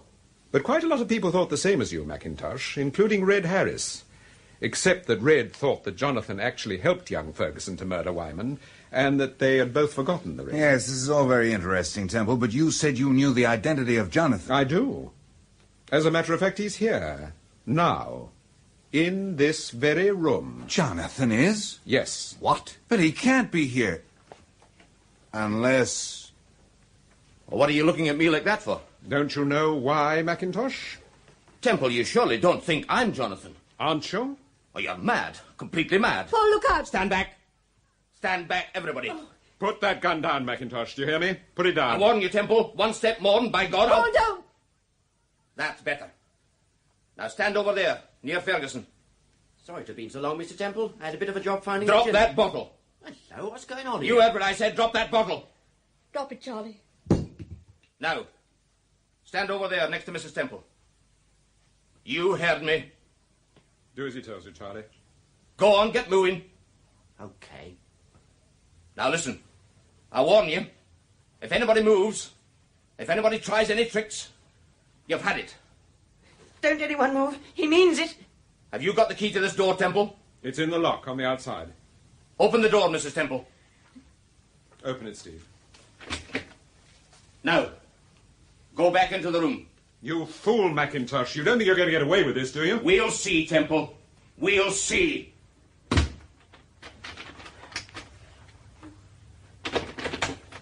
He's locked it, Mr. Temple. Temple, what are we going to do? phone for the police. We'd better break the lock, Temple. Otherwise he'll have a good start on us. Now, wait a minute. He won't have a start on anybody. What do you mean? Sir Graham's downstairs with Inspector Gerard and half Scotland Yard. If he gets as far as the hall, he'll be lucky. Paul, listen. Mackintosh, give me that gun. Come on, Mackintosh. Leave me alone! Leave me alone! I warn you, I'll fire! Don't you fool! I'll fire! Can't we get out and see what's happened? Quiet, there's someone coming. Who's there?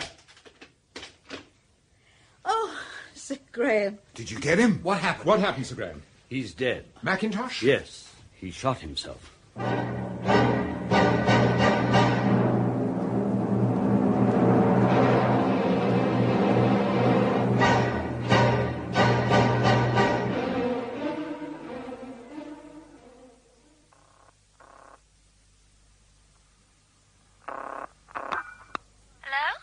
Can I speak to Mr. Mark Elliot, please? Who's it calling? Mrs. Temple. Oh, one moment, please. Hello? Mrs. Temple on the line, sir? Oh, thank you. Hello?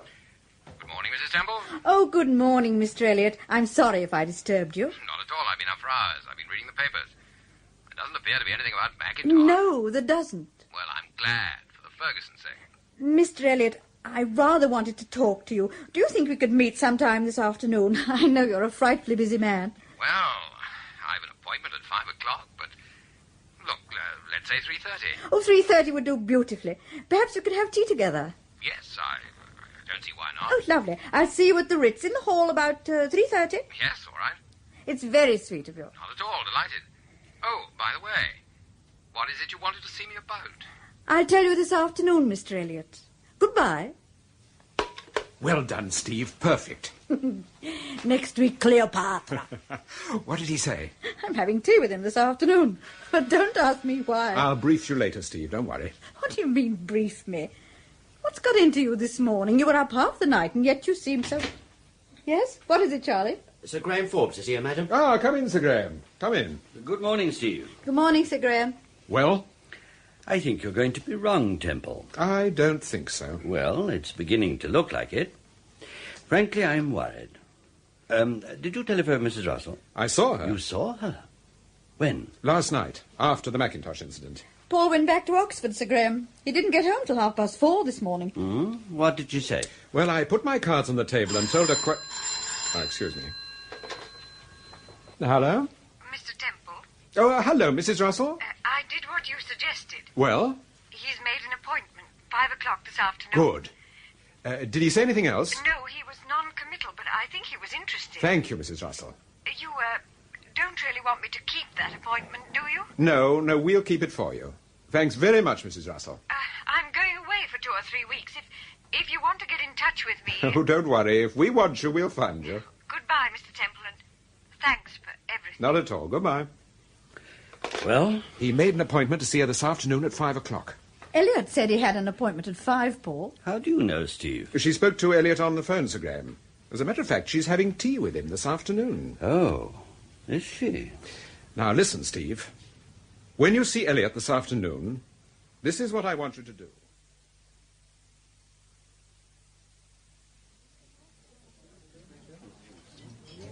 Of course, if you do stick to one colour, it's far more economical. I remember one year I wore nothing but grey. Really? By the end of the season, I was positively dying for something gay and exotic. Yes, I'm sure you were. Are you sure you wouldn't like another cake, Mrs. Temple? Oh, quite sure, thank you. Mrs. Temple, what exactly is it you wanted to see me about? Oh, yes. Yes, of course. How stupid of me. Do you know, I'd almost forgotten. My husband asked me to give you a message, Mr. Elliot. Oh? He couldn't come himself. He had an appointment at 3:30 and another at 5 o'clock, so it was quite... Oh, you've got an appointment at 5, haven't you? Yes, I have. Oh, I hope I'm not going to make you late for it. Oh, no. It's only just 4. Oh, good. Mrs. Temple, you still haven't told me. Told you what? What you wanted to see me about. Oh, but I did. Just now. My husband asked me to deliver a message. Yes, but what was the message? Of course. He said, tell Mr. Elliot, the game's up. The game's up? Yes. What's he mean? Oh, I'm afraid I don't know. That's just the message I was asked to deliver. Did your husband say anything else? No, except that he insisted that I had tea with you down here instead of up in your room. He what? Oh, that was only because he knew that there'd be a telephone in your room, and he didn't want you to use it. Didn't want me to use it? Oh, I'm sorry. I'm afraid I just don't understand. Well, you see, Paul thought that once you saw our friend, you might want to telephone someone, and well, that's the last thing he wanted you to do. Our friend? What are you talking about? Well, our friend over there, of course, in the corner. I don't see anyone. Oh, come. Look carefully, Mr. Elliot. In the corner, near the pillar. Good Lord. It's Mackintosh. Yes. It's Mackintosh. Yes. But I thought he was dead. Whatever gave you that idea? But he shot himself. I heard the shot. We all heard the shot. He couldn't very well shoot himself with a blank cartridge, now, could he? You mean the whole thing was a put-up job? How much does your husband know, Mrs. Temple? Quite a lot, I should imagine.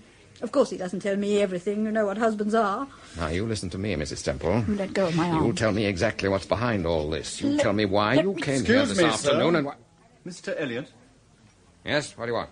I'm Inspector Gerard, sir, and this is Sergeant Bowman. Well? We've a warrant for your arrest, Mr. Elliot. My arrest? Yes, sir. It looks as if you'll be wearing grey this season, Mr. Elliot.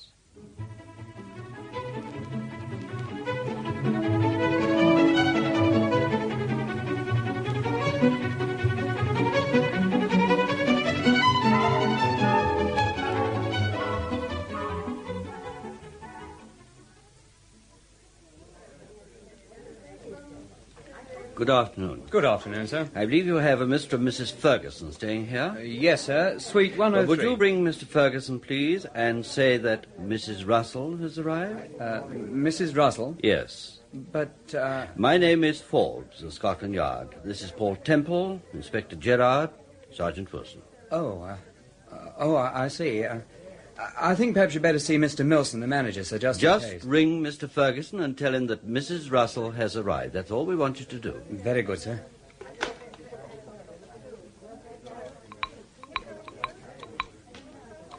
Well? There doesn't appear to be a reply, sir. Keep ringing. Yes, sir. There's no reply, sir. I'm sorry. What is it, Desmond? These gentlemen are asking for Mr. Ferguson, sir. The Fergusons checked out about an hour ago. Checked out? Yes. Did they take their luggage? Yes, of course, sir. They're leaving on the 6 o'clock plane for New York.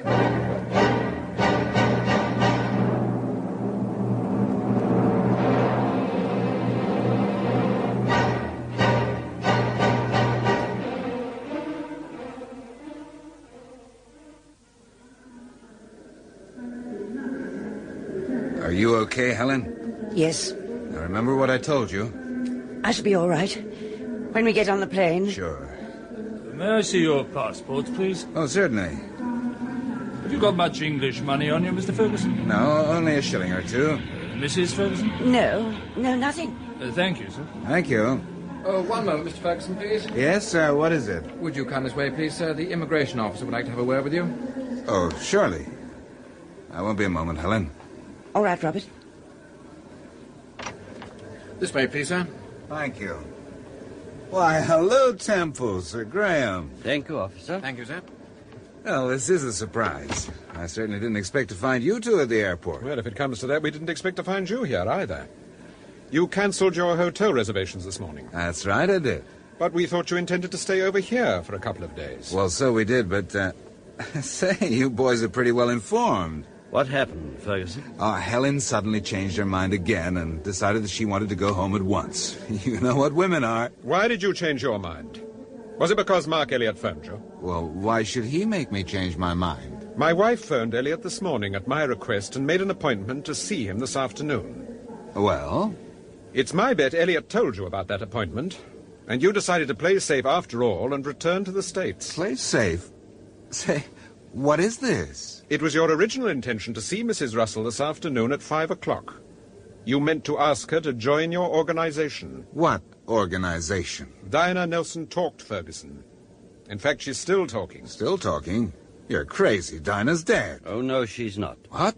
Elliot thought she was dead. The hospital told him so. But you can take it from me, she's very much alive. As much alive as Mackintosh, in fact. Do you mean that Mackintosh didn't commit suicide? I think we'd better let Elliot tell you about Mackintosh. I understand he got quite a shock when he saw him this afternoon. We've arrested Elliot, and he'll talk, Ferguson. I shouldn't have any illusions on that score. Well, he can talk till he's blue in the face. But he was in this business just as much as me or anyone else. It was Elliot that handled the distribution side. He gave Richard his instructions. He told Red Harris what to do, and he made Clegley murder Mrs. Gulliver so that... We know all that, Ferguson. But you were the brains behind the setup. You started it. You made all the contacts. You were Jonathon. How long have you known, Temple? Some little time. But I just wasn't certain. Then, as Rudolph Charles died, he said something which confirmed my suspicions. I see. Temple, there are two things I want you to know.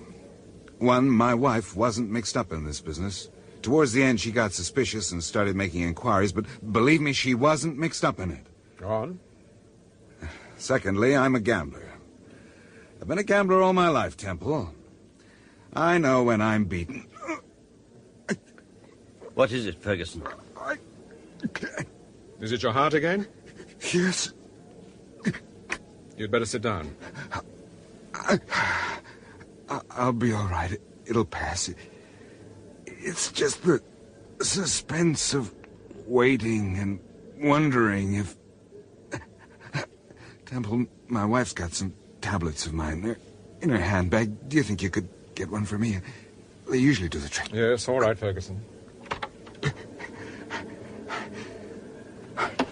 There's a settee over there, Ferguson. I think you'd better lie down. No, I'm better sitting up. Oh, gee, this is one of the worst attacks I've had for some time. Do you think I could have a drink of water? Yes, there's some water on the desk. I'll get it for you. Thanks. Here we are. Thanks. Is that better? Oh, I think it's easing off a little. But, oh, gee. Did you get the tablet, Temple? Yes. Here it is, Ferguson. Oh, thanks. Thanks a lot.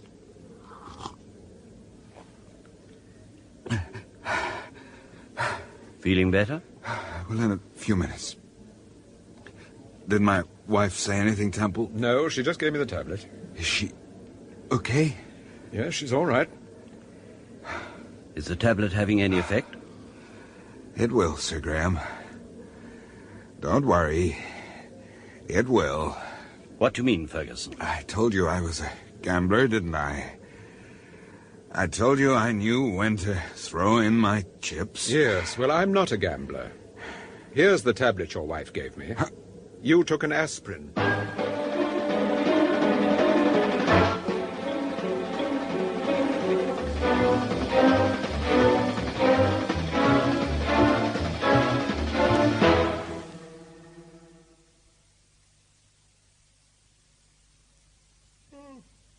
Timothy, I feel tired tonight. Yes, well, you'd better not feel too tired.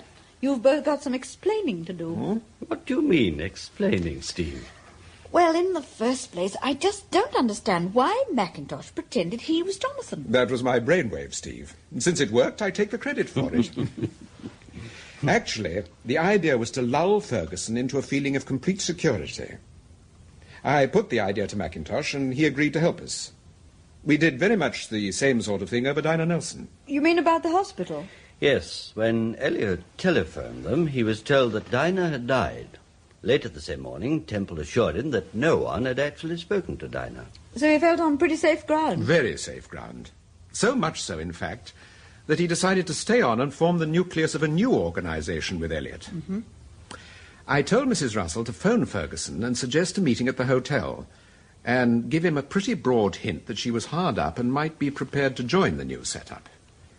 Ferguson was rather worried about her. He knew she'd been very friendly with Richard, and he wasn't sure just how much she knew. Well, as you know, Sir Graham and I kept the appointment instead of Mrs. Russell. But, of course, the Fergusons had already left for the airport. Yes, but, look, how did this business first start? Well, Ferguson was running the stolen car racket, and he employed a number of people, including Red Harris, Rudolph Charles, Mrs. Gulliver, Richard Ferguson, and so on. His right-hand man was Mark Elliot. Now, several months ago, a man called Dumas contacted Ferguson. Oh, he was the man running the car racket on the continent, A4D4. That's right. And he thought he'd like to tie up with the Jonathon organisation. He probably wanted sterling or dollars. So he wrote Ferguson a friendly note and sent him a present. The present was the signet ring. Dumas told Ferguson he was taking no chances, and that when they did meet, Ferguson or his appointed deputy must wear the ring as a means of identification. I see. But things suddenly began to get very hot for Dumas, and the meeting was postponed. Ferguson then gave the ring to Richard without telling him how important it was. But Richard gave the ring to Mavis Russell. Oh, that was rather silly of him. Yes, and when Ferguson arrived in England and discovered that his son had apparently been murdered and that the ring was missing, he felt sure that Elliot was double-crossing him. He thought that Elliot had murdered Richard and stolen the ring. Yes, but of course Richard had decided to get out of the car racket. He phoned his father and explained what had happened. Ferguson was furious and told him he must get the ring back. And explained why. He was also worried in case someone had overheard that phone call from a man supposed to be dead. So, to cover himself, he told me Richard had phoned him, and they made up the story about Richard wanting to meet him at the house in Lewisham. Knowing, of course, that he wasn't at the house, and that Red Harris had been taken care of. Oh, yes, well, that was the night that Ferguson had the heart attack, and we went in his place. But, Paul, was Richard Ferguson blackmailing Elliot? No, of course he wasn't. Elliot invented that blackmailing story to explain his association with young Ferguson. Well, actually, Elliot convinced Jonathon that he'd nothing to do with the missing ring and promised that if Ferguson and his wife supported his blackmailing story, he'd do his best to get the ring back. In fact, he did get it back. He stole it from your husband the night you went to the encounter. Yes, but why did he give it us back the next morning? Because Dumas had been arrested the night before. I see. I think. Oh, this is complicated. I think I've got it. Well, not knowing that Dumas was arrested, Richard still thought the ring was important and got in touch with Temple. Elliot followed young Ferguson out in his car and stopped him. There was an argument, and Ferguson was shot. By Elliot? Yes. After the murder, Elliot parked the car by the side of the road, dashed to the AA box, and phoned Clegley. And Clegley was the man who murdered Mrs. Gulliver? Yes. He told Clegley what had happened and asked him to take care of the body. He certainly did. He set the car on fire. Elliot was taking no chances. He'd made up his mind to eliminate anybody who was likely to talk. Mrs. Gulliver, Mavis Russell... Oh, yes, the bomb in the car. Yes, that's right. And Dinah Nelson. It was Rudolph Charles who was given the job of disposing of Dinah, but fortunately she turned the tables on him. But, Paul, if she killed Rudolph Charles, Mackintosh must have seen the body. He did. He did? When he returned with the aspirin, he found Dinah standing over Charles with a revolver in her hand. He disposed of the revolver and told Dinah to get out of Oxford as quickly as she could. She didn't, of course. She tried to commit suicide. But what about the postcard that she had from Jonathon? It was phony, Steve. Jonathon knew that we had one genuine card, the card sent to young Ferguson. The others were just meant to put us off the scent. Well, did Mackintosh know that Rudolph Charles was a member of the Jonathon setup? No, he didn't. When we explained the position to him, he told us the truth about the Charles murder and agreed to cooperate with us. Now, there's just one other point. Before Rudolph Charles died, he said, Ferguson is the ring. Well, what did he mean by that? What he tried to say was, Ferguson, meaning Robert Ferguson, Ferguson is the ring leader. The ring leader? Do you know, I never thought of that. No, and your dear husband only thought of it 24 hours after Rudolph Charles said it. Yes, but I did think of it, Sir Graham. Yes. Well, that's the end of the Jonathon mystery. Yes, thank goodness. And I want to celebrate it. Steve, where's the bottle of champagne? Oh, here we are. Oh, you're not going to open champagne at this time, I am I? certainly am. It's precisely what I'm going to do. This is an occasion, darling. A festive occasion. Oh, Sir Graham, your glass. Oh, thank you, Temple. Steve, come on, darling, come on. I'm coming. Now, I'm going to make a toast. You're going to do nothing of the sort. I'm the oldest member of this trio, and if anyone's going to make a toast, I'm going to make it. To my very dear friends, Paul Temple and Steve. What's the matter, darling? I think I'm going to cry. My Timothy, women are extraordinary.